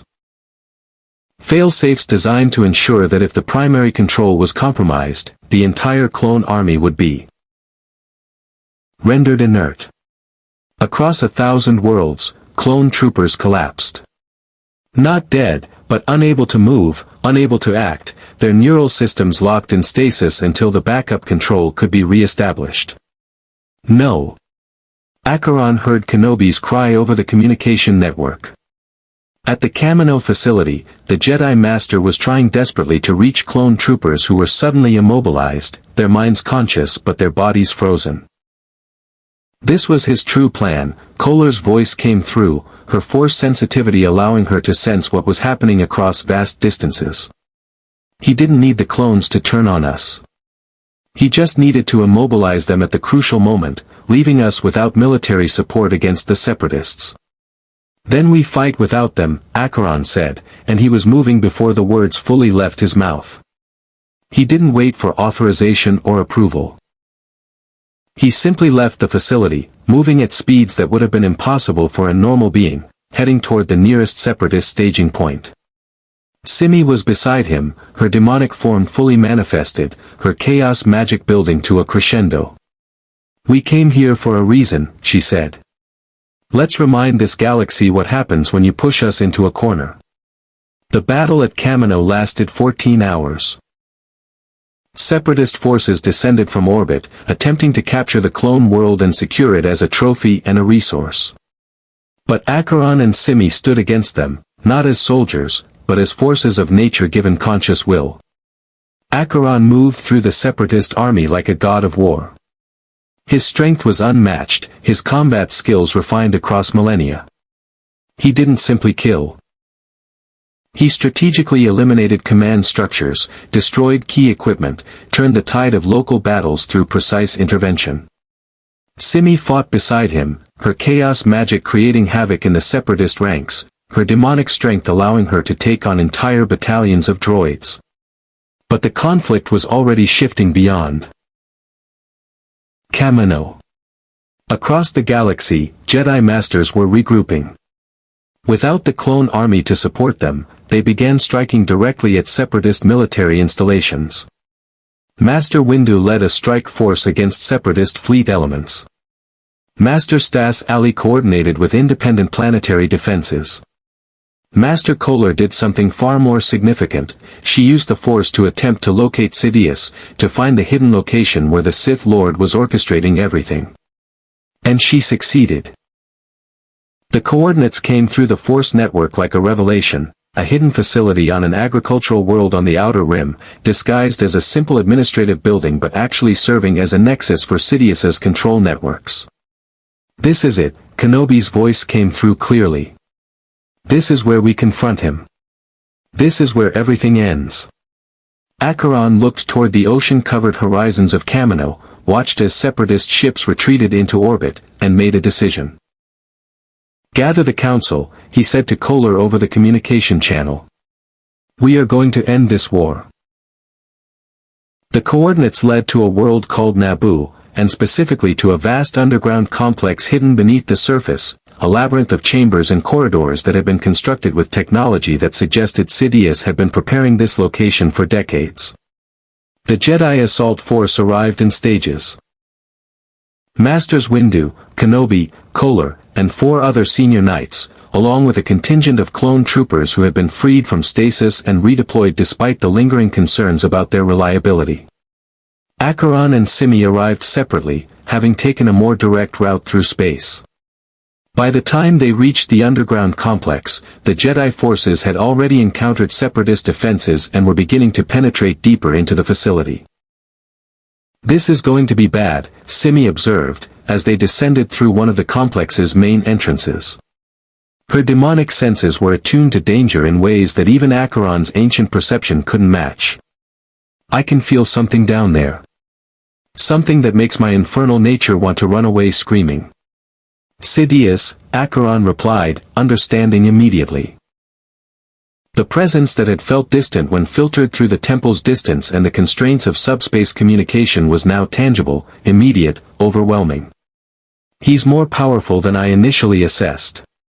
They moved deeper into the complex, following the sounds of conflict. The Jedi had established a defensive perimeter in one of the central chambers, and they were holding against waves of separatist droids and elite guards. Master Windu's purple lightsaber was moving in patterns of controlled fury, his force sensitivity allowing him to predict droid movements before they occurred. Master Kenobi was coordinating with clone troopers, establishing firing lanes and mutual support positions that maximized their defensive strength. But they were being pushed back, meter by meter, toward the complex's central chamber. "Fall back to secondary positions," Windu commanded, and the Jedi began a tactical retreat, moving deeper into the facility while maintaining their perimeter integrity.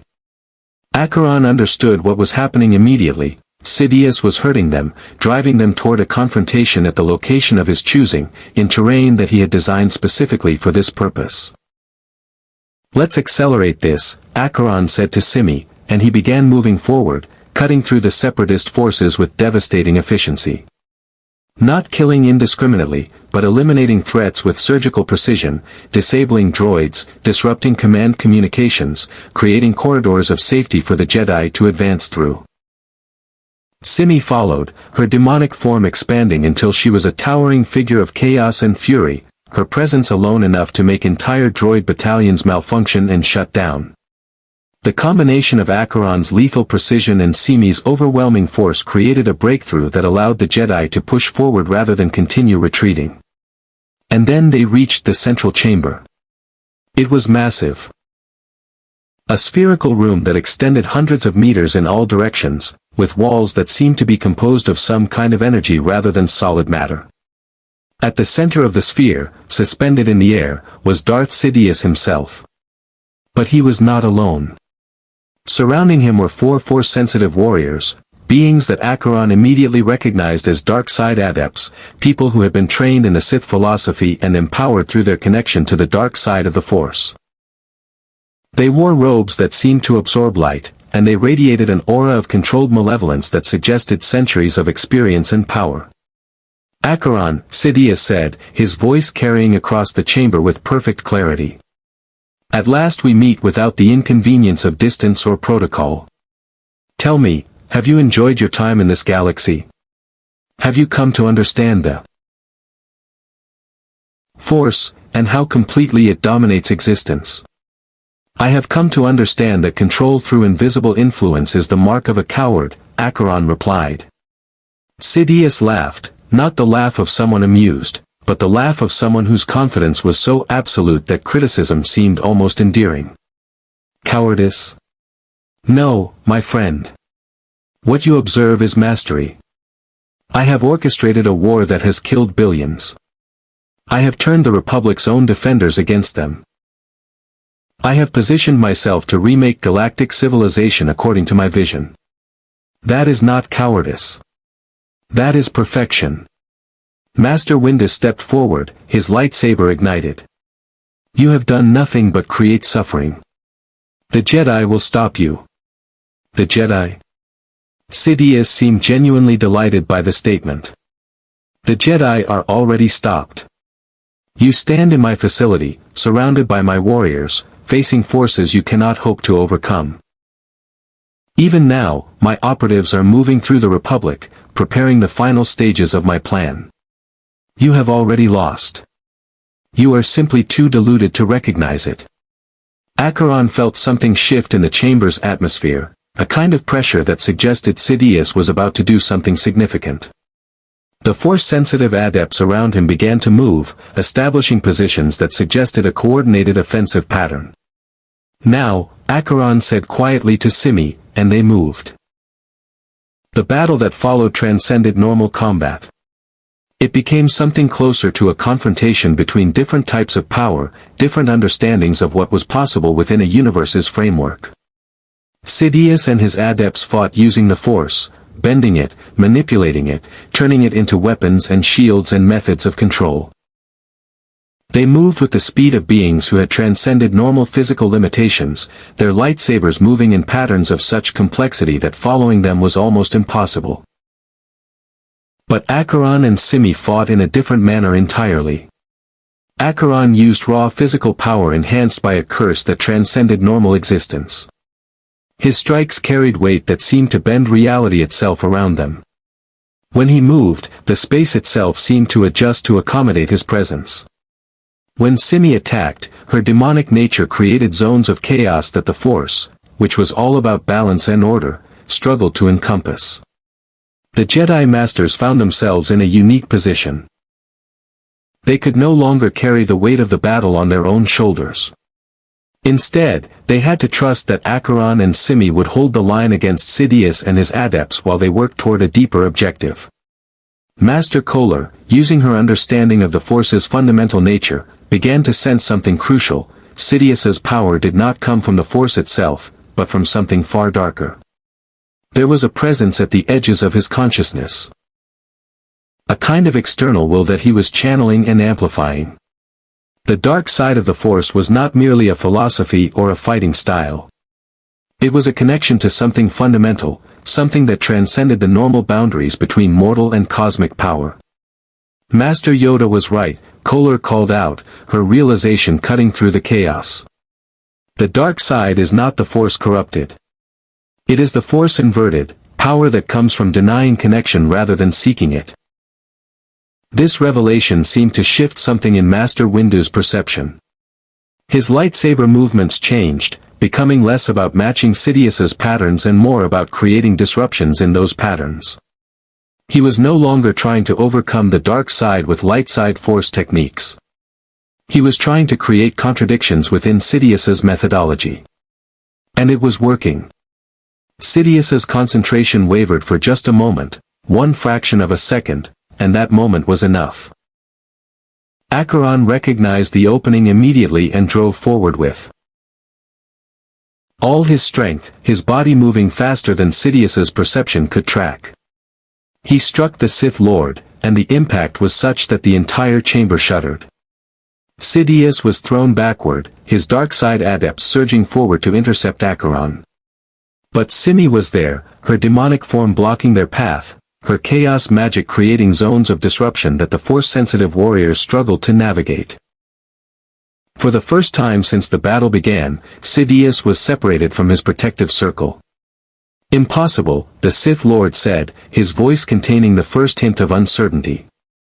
You cannot touch the Force, yet you move as if you exist in perfect harmony with the cosmic balance. How? I do not need harmony, Acheron replied, moving with lethal intent. I need only purpose. The confrontation that followed was brief and devastating. Sidious attempted to defend himself using the Force, but without the buffer of his adepts, without the ability to manipulate Acheron through conventional dark side techniques, he was left with only his physical abilities and raw Force power. Against an opponent who operated according to different rules entirely, those advantages proved insufficient. Acheron struck with the precision of a being who had spent millennia perfecting the art of combat. Each movement was calculated, each strike aimed at vulnerabilities that Sidious could not protect against using force-based defenses. Within seconds, the Sith Lord had been driven to one knee, his body bearing impacts that should have been fatal but which he survived through pure determination and dark side endurance.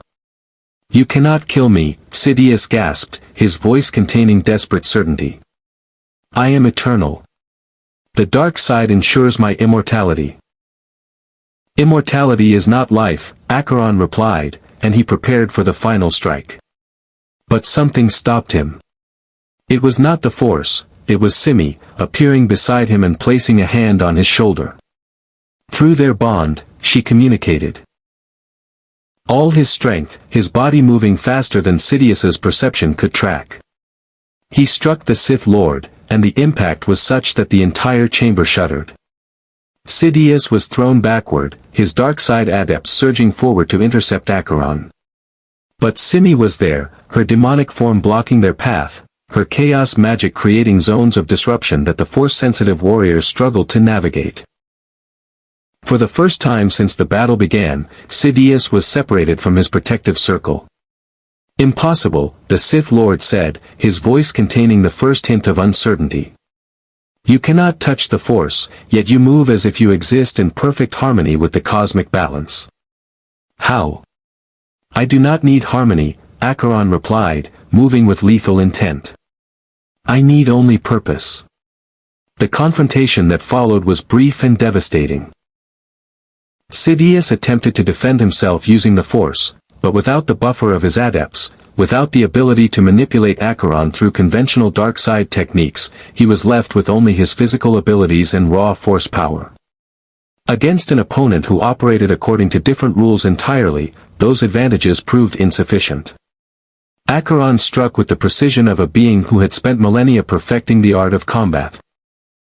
Each movement was calculated, each strike aimed at vulnerabilities that Sidious could not protect against using force-based defenses.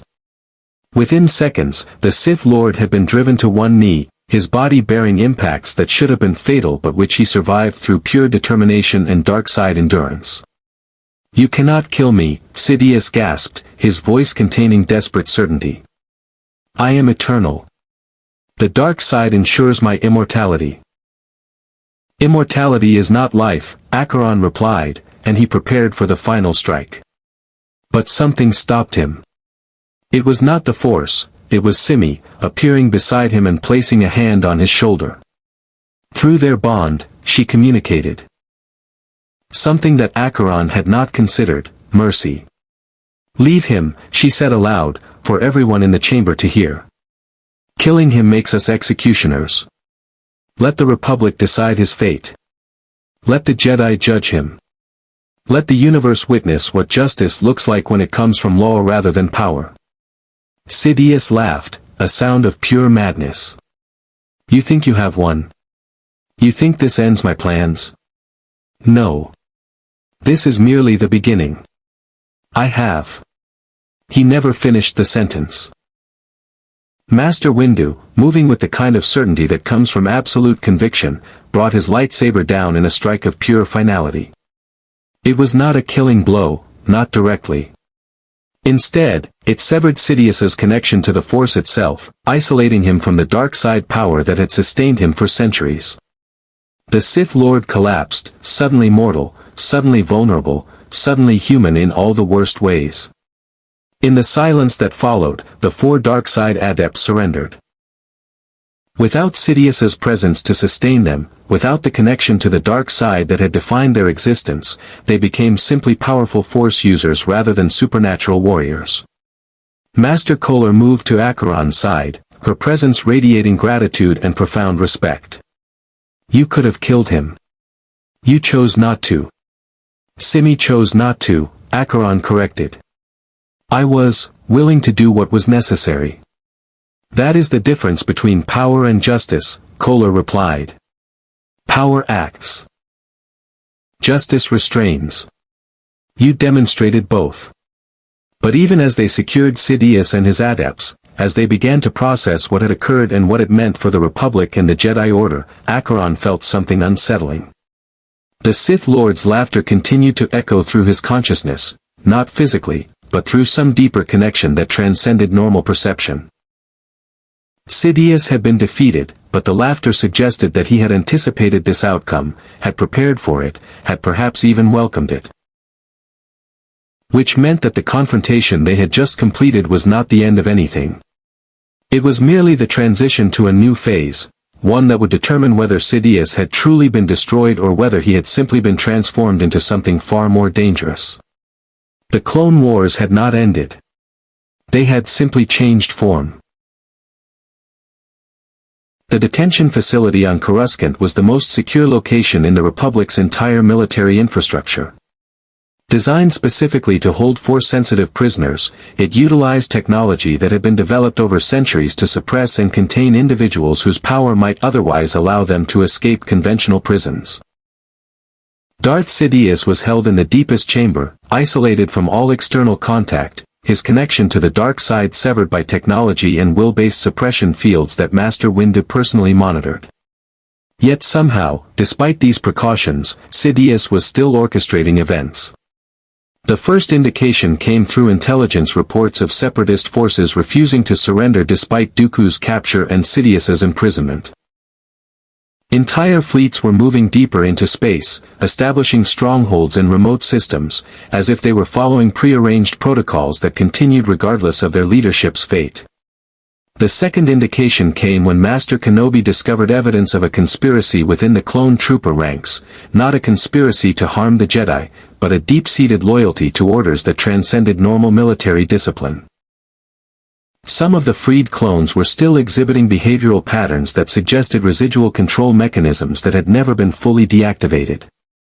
The third indication came when Acheron sensed something shifting in the Force itself, or rather, in the way the Force interacted with physical reality. It was subtle, barely perceptible, but it was there. A kind of systematic manipulation occurring at levels so fundamental that even the Jedi Masters were struggling to articulate what they were sensing. "He's still connected," Acheron told the assembled council during an emergency session 3 weeks after Sidious's capture. "Even with his connection to the dark side severed, even with him imprisoned and isolated, he's still conducting operations. It's as if his consciousness is operating on a different frequency than the suppression fields can contain."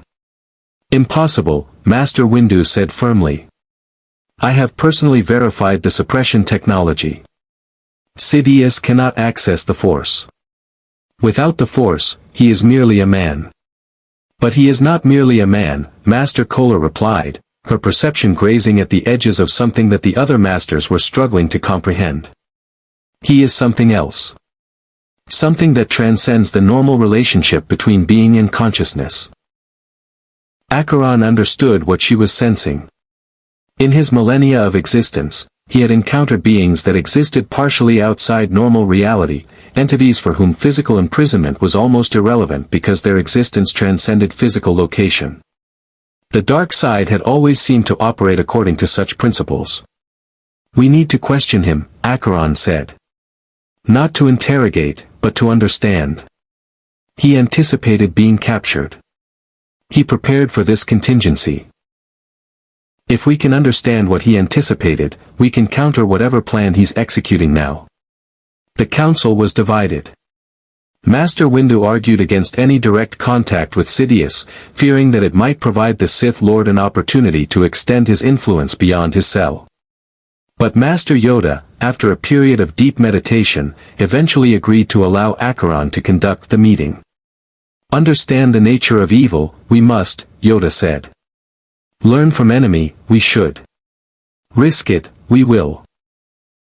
The detention chamber was a study in austere functionality, white walls, minimal furnishings, a single chair in the center of the space where Sidious sat, bound by both physical restraints and invisible force-based suppression fields. Despite his circumstances, the Sith Lord appeared almost serene. His pale skin showed signs of the injuries Acheron had inflicted during their battle, but his eyes retained that quality of absolute certainty that suggested his physical state was irrelevant to his state of being. "Acheron, Sidious," said, his voice carrying no hint of weakening or despair. "I wondered when you would arrive. Your perception is unique among the beings in this galaxy.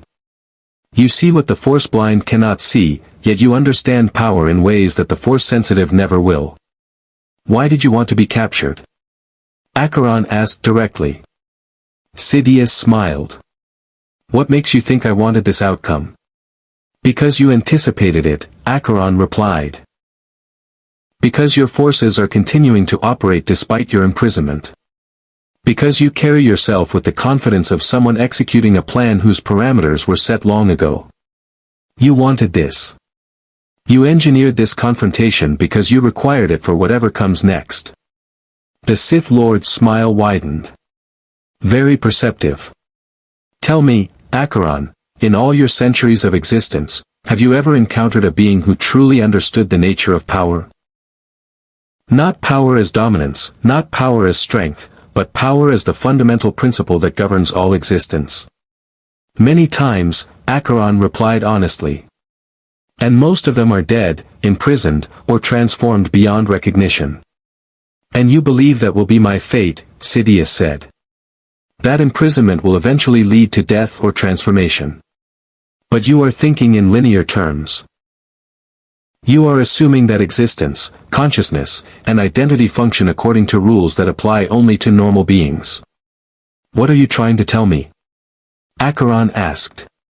"That I am not one being," Sidious replied. "I am a network. A consciousness distributed across multiple locations, multiple bodies, multiple planes of existence. You have destroyed one manifestation of my will. The others continue. The dark side cannot be imprisoned because the dark side is not a being. It is a force of nature, and I am merely the instrument through which it operates." Acheron felt the truth in the statement, and it was deeply disturbing. Everything he had observed, the coordinated military operations, the hidden protocols, the loyalty that transcended normal military discipline, all of it suggested that Sidious had prepared for his capture by ensuring that his will could continue even in his absence.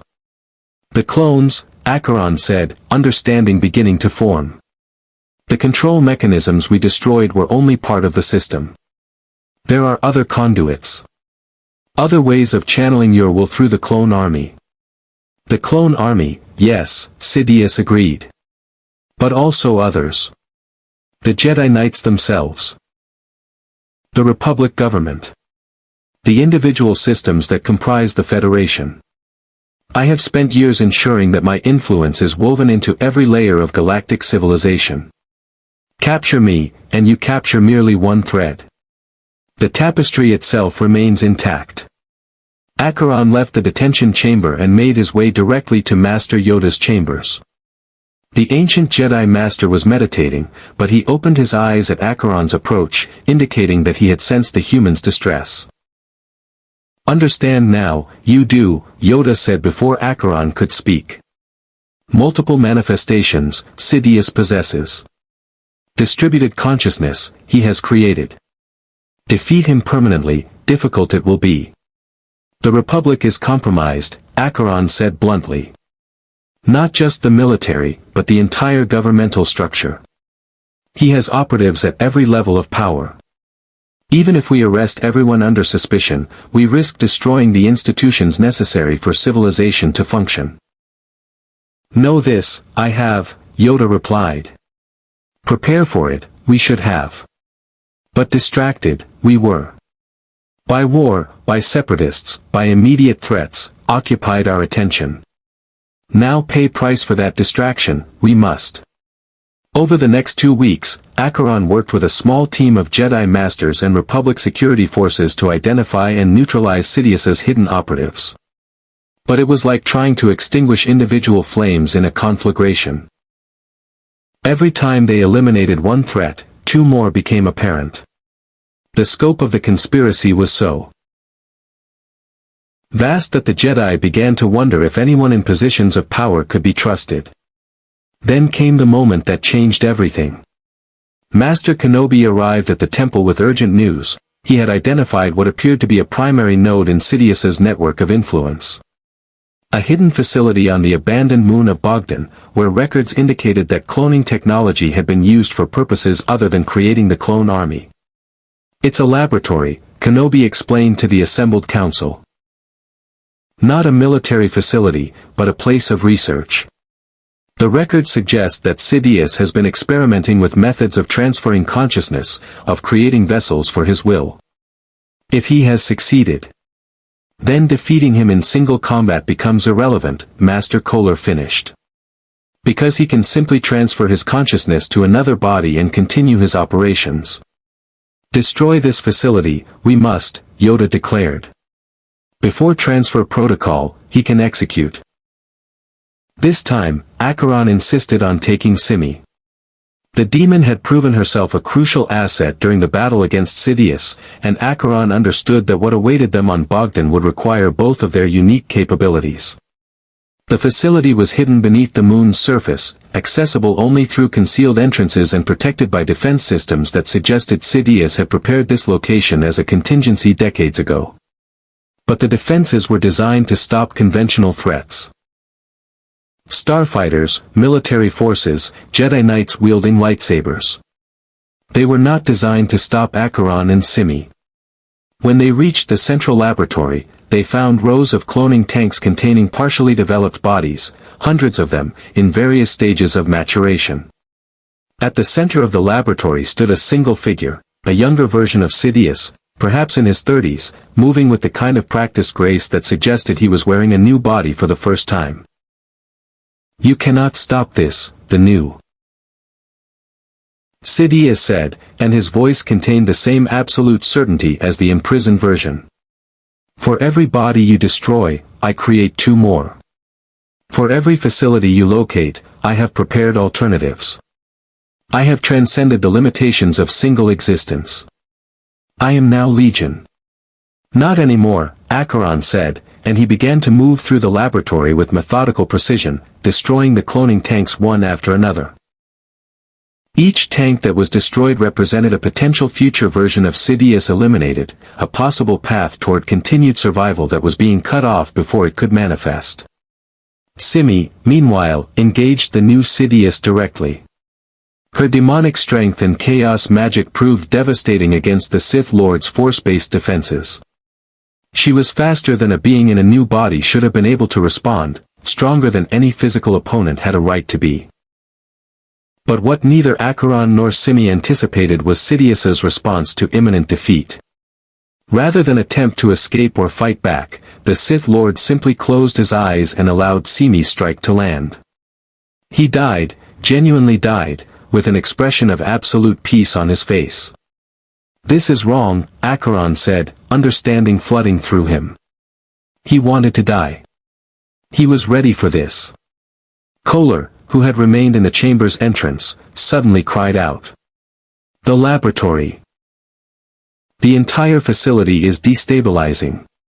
Acheron felt it immediately, a kind of cascading disruption occurring at the molecular level, as if Sidious had triggered a process designed to destroy everything the moment he died. The cloning tanks exploded, releasing their contents into the environment. The structural integrity of the facility began to fail.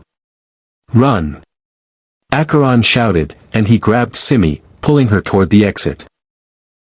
They escaped the facility moments before it collapsed entirely, the underground structure imploding as whatever mechanism Sidious had activated destroyed everything within it. The new body, the cloning tanks. The entire laboratory, all of it was erased from existence. But as they stood on the moon's surface, watching the collapse, Acheron felt a terrible certainty settling over him. Sidious's laughter had not stopped. Even in death, even with the laboratory destroyed, something about the Sith Lord's presence lingered. He wanted us to destroy it, Kohler said quietly, having analyzed the destruction through force perception. This was all part of his plan. He wanted us to think we had defeated him, eliminated all traces of his contingency plans. But we haven't, Simi said, understanding the implication. There are other laboratories. Other facilities. Other bodies being grown somewhere else, continuing his work. Acheron looked toward the distant stars, toward the vast galaxy that Sidious had spent centuries infiltrating and corrupting. The Sith Lord was dead, or at least, this manifestation of him was dead. But the tapestry he had woven remained intact, the network of influence he had established continued to operate, the vision he had articulated of galactic civilization remade in his image remained possible. The Clone Wars had not ended. The true war, the war between Sidious's vision of galactic civilization and the Jedi's vision of peace and balance, had only just begun.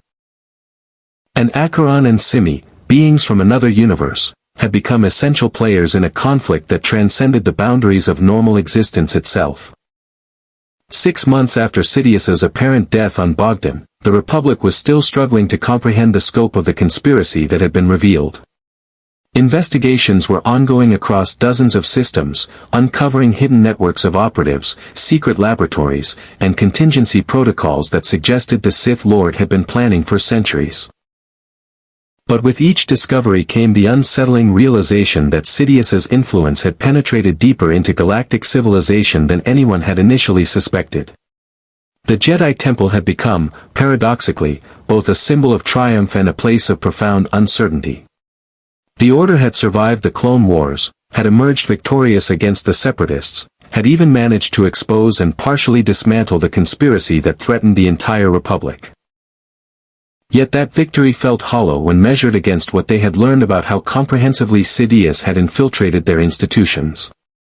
Acheron stood in the chamber of contemplation, a meditation space deep within the temple that Master Yoda had shown him weeks ago, and observed the streams of water flowing through carefully designed channels.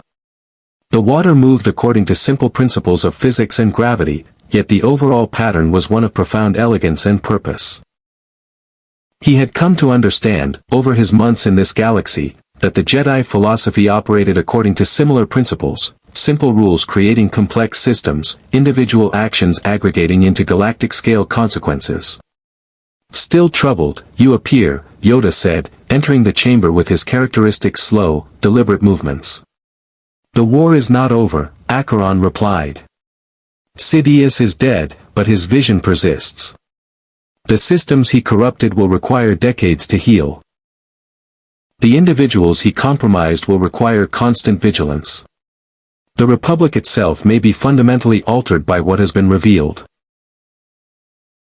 True, all of this is, Yoda acknowledged, settling into a position of meditation beside the water channels.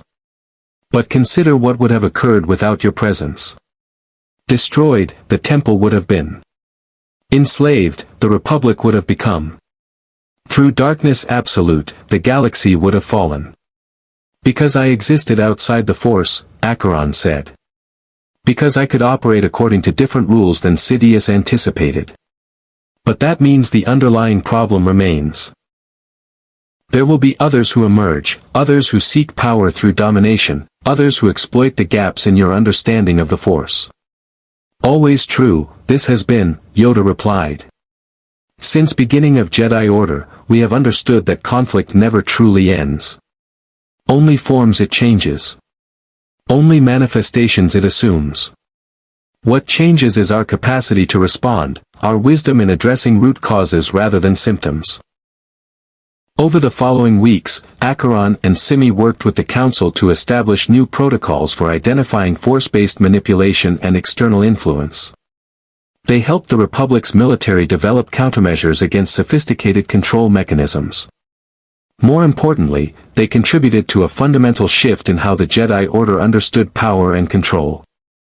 Master Kenobi, in particular, began to develop what he called a theory of multiple forces. The understanding that the Force, while fundamental to the Star Wars galaxy, was not the only power system that could operate within it. Acheron's existence was proof of that principle.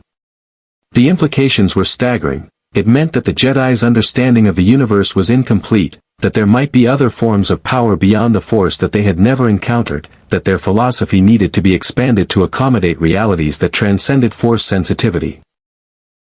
But not everyone in the Jedi Order was comfortable with these revelations. A faction of younger masters began to argue that Acheron and Simi represented a threat precisely because they operated outside normal frameworks of understanding. If the Force could not sense them, could not comprehend them, could not control them, then they were variables that could not be predicted or managed. Some even suggested that the two visitors from another dimension might themselves be agents of chaos disguised as saviors. It was during one of these contentious council sessions that Acheron made a decision that surprised everyone, including Simi. "We should leave," he said simply. "Return to our own universe. The Clone Wars are ending. Your galaxy has survived the immediate threat. We have no further purpose here." "But we don't know how to return," Simi protested, though her tone was more curious than argumentative. "The portal that brought us here destroyed itself when we passed through it. There's no mechanism to open another one." "There is," Acheron replied. "I have sensed it for weeks. The dimensional rupture that brought us here left traces, subtle currents in the fabric of reality that we can follow back to their source. It would require significant energy and precise timing, but it is possible." Master Kohler stepped forward. "Why would you leave now? The Republic still faces challenges. Separatist forces remain undefeated in several sectors. Sidious's network has not been fully dismantled. Your presence here saves lives." "My presence also creates uncertainty," Acheron replied. "I exist outside the boundaries of your understanding. That makes me dangerous, not intentionally, but inherently.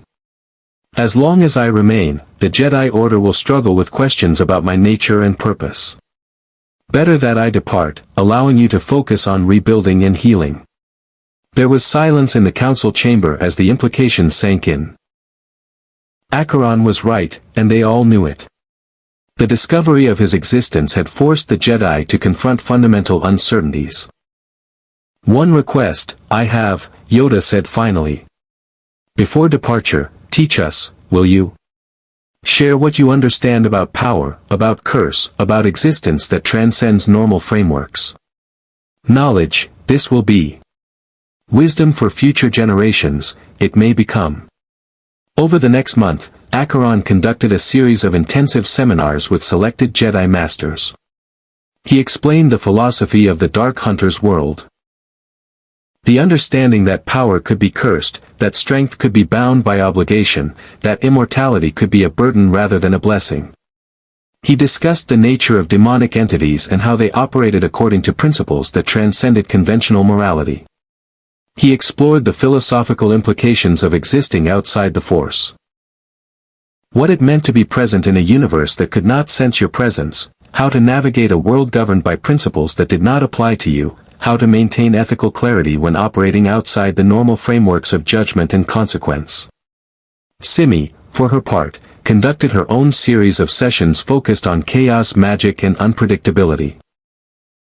She taught the younger Jedi that sometimes the most effective strategy was not to follow precise plans but to embrace calculated spontaneity.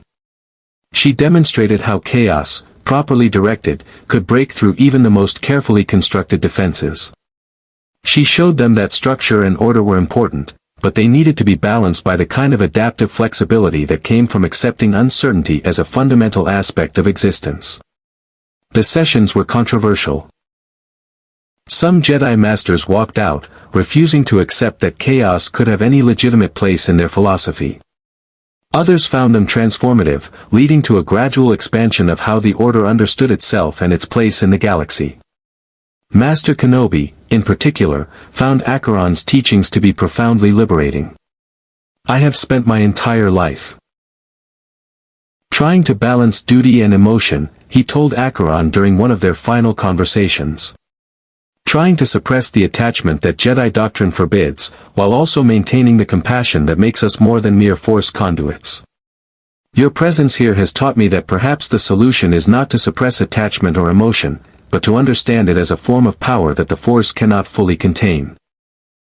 3 weeks before Acheron and Simi's planned departure, something unexpected occurred. A message arrived through subspace, originating from a region of space so remote that it should have been impossible for any communication to penetrate the interference fields.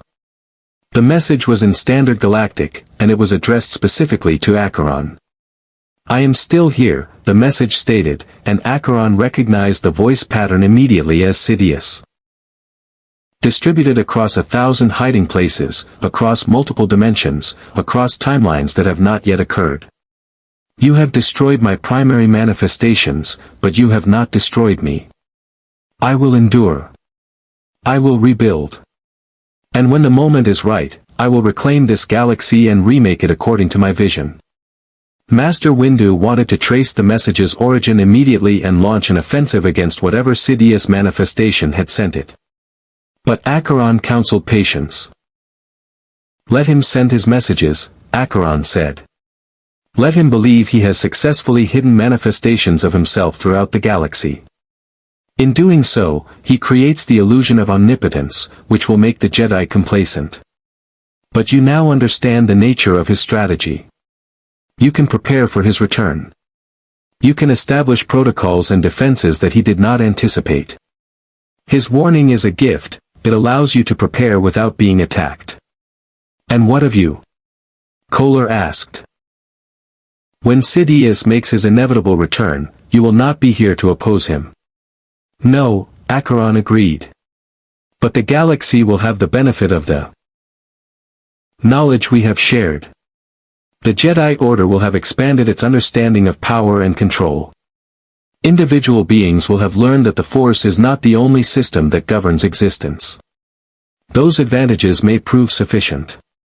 The departure was scheduled for dawn on Coruscant, a moment when the planet's rotation would place the temple at precisely the right angle relative to the dimensional currents Acheron had identified. The process would require significant energy expenditure, coordinated force manipulation from multiple Jedi Masters, and precise timing that allowed no room for error. On the night before their departure, Acheron found himself on one of the temple's high observation platforms, looking out across Coruscant's endless cityscape. Simi appeared beside him, her demonic form fully manifested but somehow no longer appearing entirely alien or threatening. She had become, over their time in this galaxy, almost familiar. "Do you regret it?" she asked. "Coming here? Becoming involved in their war?" "No," Acheron replied truthfully. "I came here seeking to return home. Instead, I found something more valuable, the understanding that home is not a place, but a connection. Our connection transcends both our universe and this one. No matter where we are home as long as we are together." "That was almost romantic," Simi said with a smile. "You're learning." The ceremony of departure was attended by the full council and hundreds of Jedi Knights and Padawans. Master Yoda spoke briefly, offering wisdom that Acheron knew the ancient master had been composing for weeks. "Go, you will. To universe unknown, you travel. But part of you, here remain will. In memory of all who learned from your presence, in the changed philosophy of Jedi Order, in the expanded understanding of what power can be. Carry with you, you will. The knowledge of this galaxy. Leave behind, we will, the knowledge of yours. Exchange of wisdom, this is. Growth for both worlds." It represents. The dimensional rupture opened exactly as Acheron had anticipated, a tear in reality that revealed glimpses of the Dark Hunter's world on the other side. The energy required was immense, drawn from every Jedi Master present, carefully channeled and directed by Master Kohler's precise understanding of Force mechanics. For just a moment, both universes overlapped, existing in the same space at the same moment.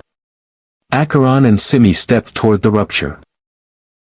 But before they passed through, Acheron turned back one final time. "There is one more thing you should know," he said to the assembled Jedi.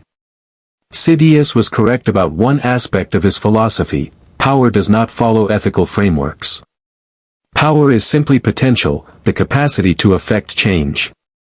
What determines whether that power becomes destructive or constructive is the wisdom and intent of the one who wields it. The Force guides you toward balance and compassion. My curse drove me toward isolation and suffering. But together, those teachings can create something neither would achieve alone. Remember that. Use it. teach it to future generations. And then they stepped through the rupture, back to a universe where the Force did not exist, where curses were more real than any spiritual philosophy, where chaos magic was simply another tool in the arsenal of survival. The dimensional rupture collapsed behind them, sealing the connection between universes. But the effects of their passage would reverberate through both worlds for generations to come. Conclusion. The Clone Wars were officially ended 6 months after Acheron and Simi's departure. The Separatist forces, demoralized by the loss of their leadership and uncertain about the degree to which their own communication systems had been compromised by Sidious's influence, surrendered in stages across the Outer Rim. Count Dooku was tried and executed. The droid armies were systematized and brought under strict Republic control. Slowly, painfully, the galaxy began the process of healing. But the true legacy of Acheron and Simi's arrival was not military victory or the exposure of Sidious's conspiracy. It was the fundamental shift in how the Jedi Order understood power, consciousness, and the nature of existence itself. Master Kenobi published his theory of multiple forces, arguing that the Force, while supreme within this galaxy, was not the sole power system that could operate within it. Master Kohler established the Institute for Extradimensional Studies, dedicated to researching the possibility of other universes and other power systems. Master Yoda, in his final years, spent considerable time meditating on the philosophy that Acheron had shared, eventually concluding that perhaps the Jedi's understanding of balance needed to be expanded to include not just light and dark, but also the existence of forces entirely outside the Force's framework. The Republic recovered, though it would never be quite the same. The revelations about Sidious's infiltration led to sweeping reforms of government security protocols. Trust, once broken, required decades to rebuild. But the institution survived because individuals like Kenobi and Windu and Kohler were willing to grapple with uncertainty rather than retreat into comfortable certainties. And in another universe, in the world of the Dark Hunters, Acheron and Simi resumed their existence, bound by curse and choice, carrying with them the knowledge of a galaxy governed by the Force, forever changed by their encounter with a power system that transcended their own understanding. They had gone seeking home and had instead found something more valuable. The understanding that growth comes not from dominance or control, but from genuine connection with beings and forces that exist beyond the boundaries of one's comprehension. The dimensional rupture never opened again. The two universes returned to their separate existences, unaware of each other except for the lingering effects of their brief intersection. But somewhere in the Force, in the deepest meditation of the oldest Jedi Masters, the presence of Acheron and Simi lingered like a question that could never be fully answered, a reminder that wisdom comes not from perfect understanding, but from humble acceptance that some mysteries exist beyond the boundaries of even the greatest power. The Clone Wars had ended. But the true war, the eternal conflict between order and chaos, control and freedom, power and compassion, continued. And the galaxy, forever changed by the presence of those who existed outside its fundamental framework, was finally beginning to ask the right questions about what it meant to be, to exist, and to grow. Live long and prosper. More stories await.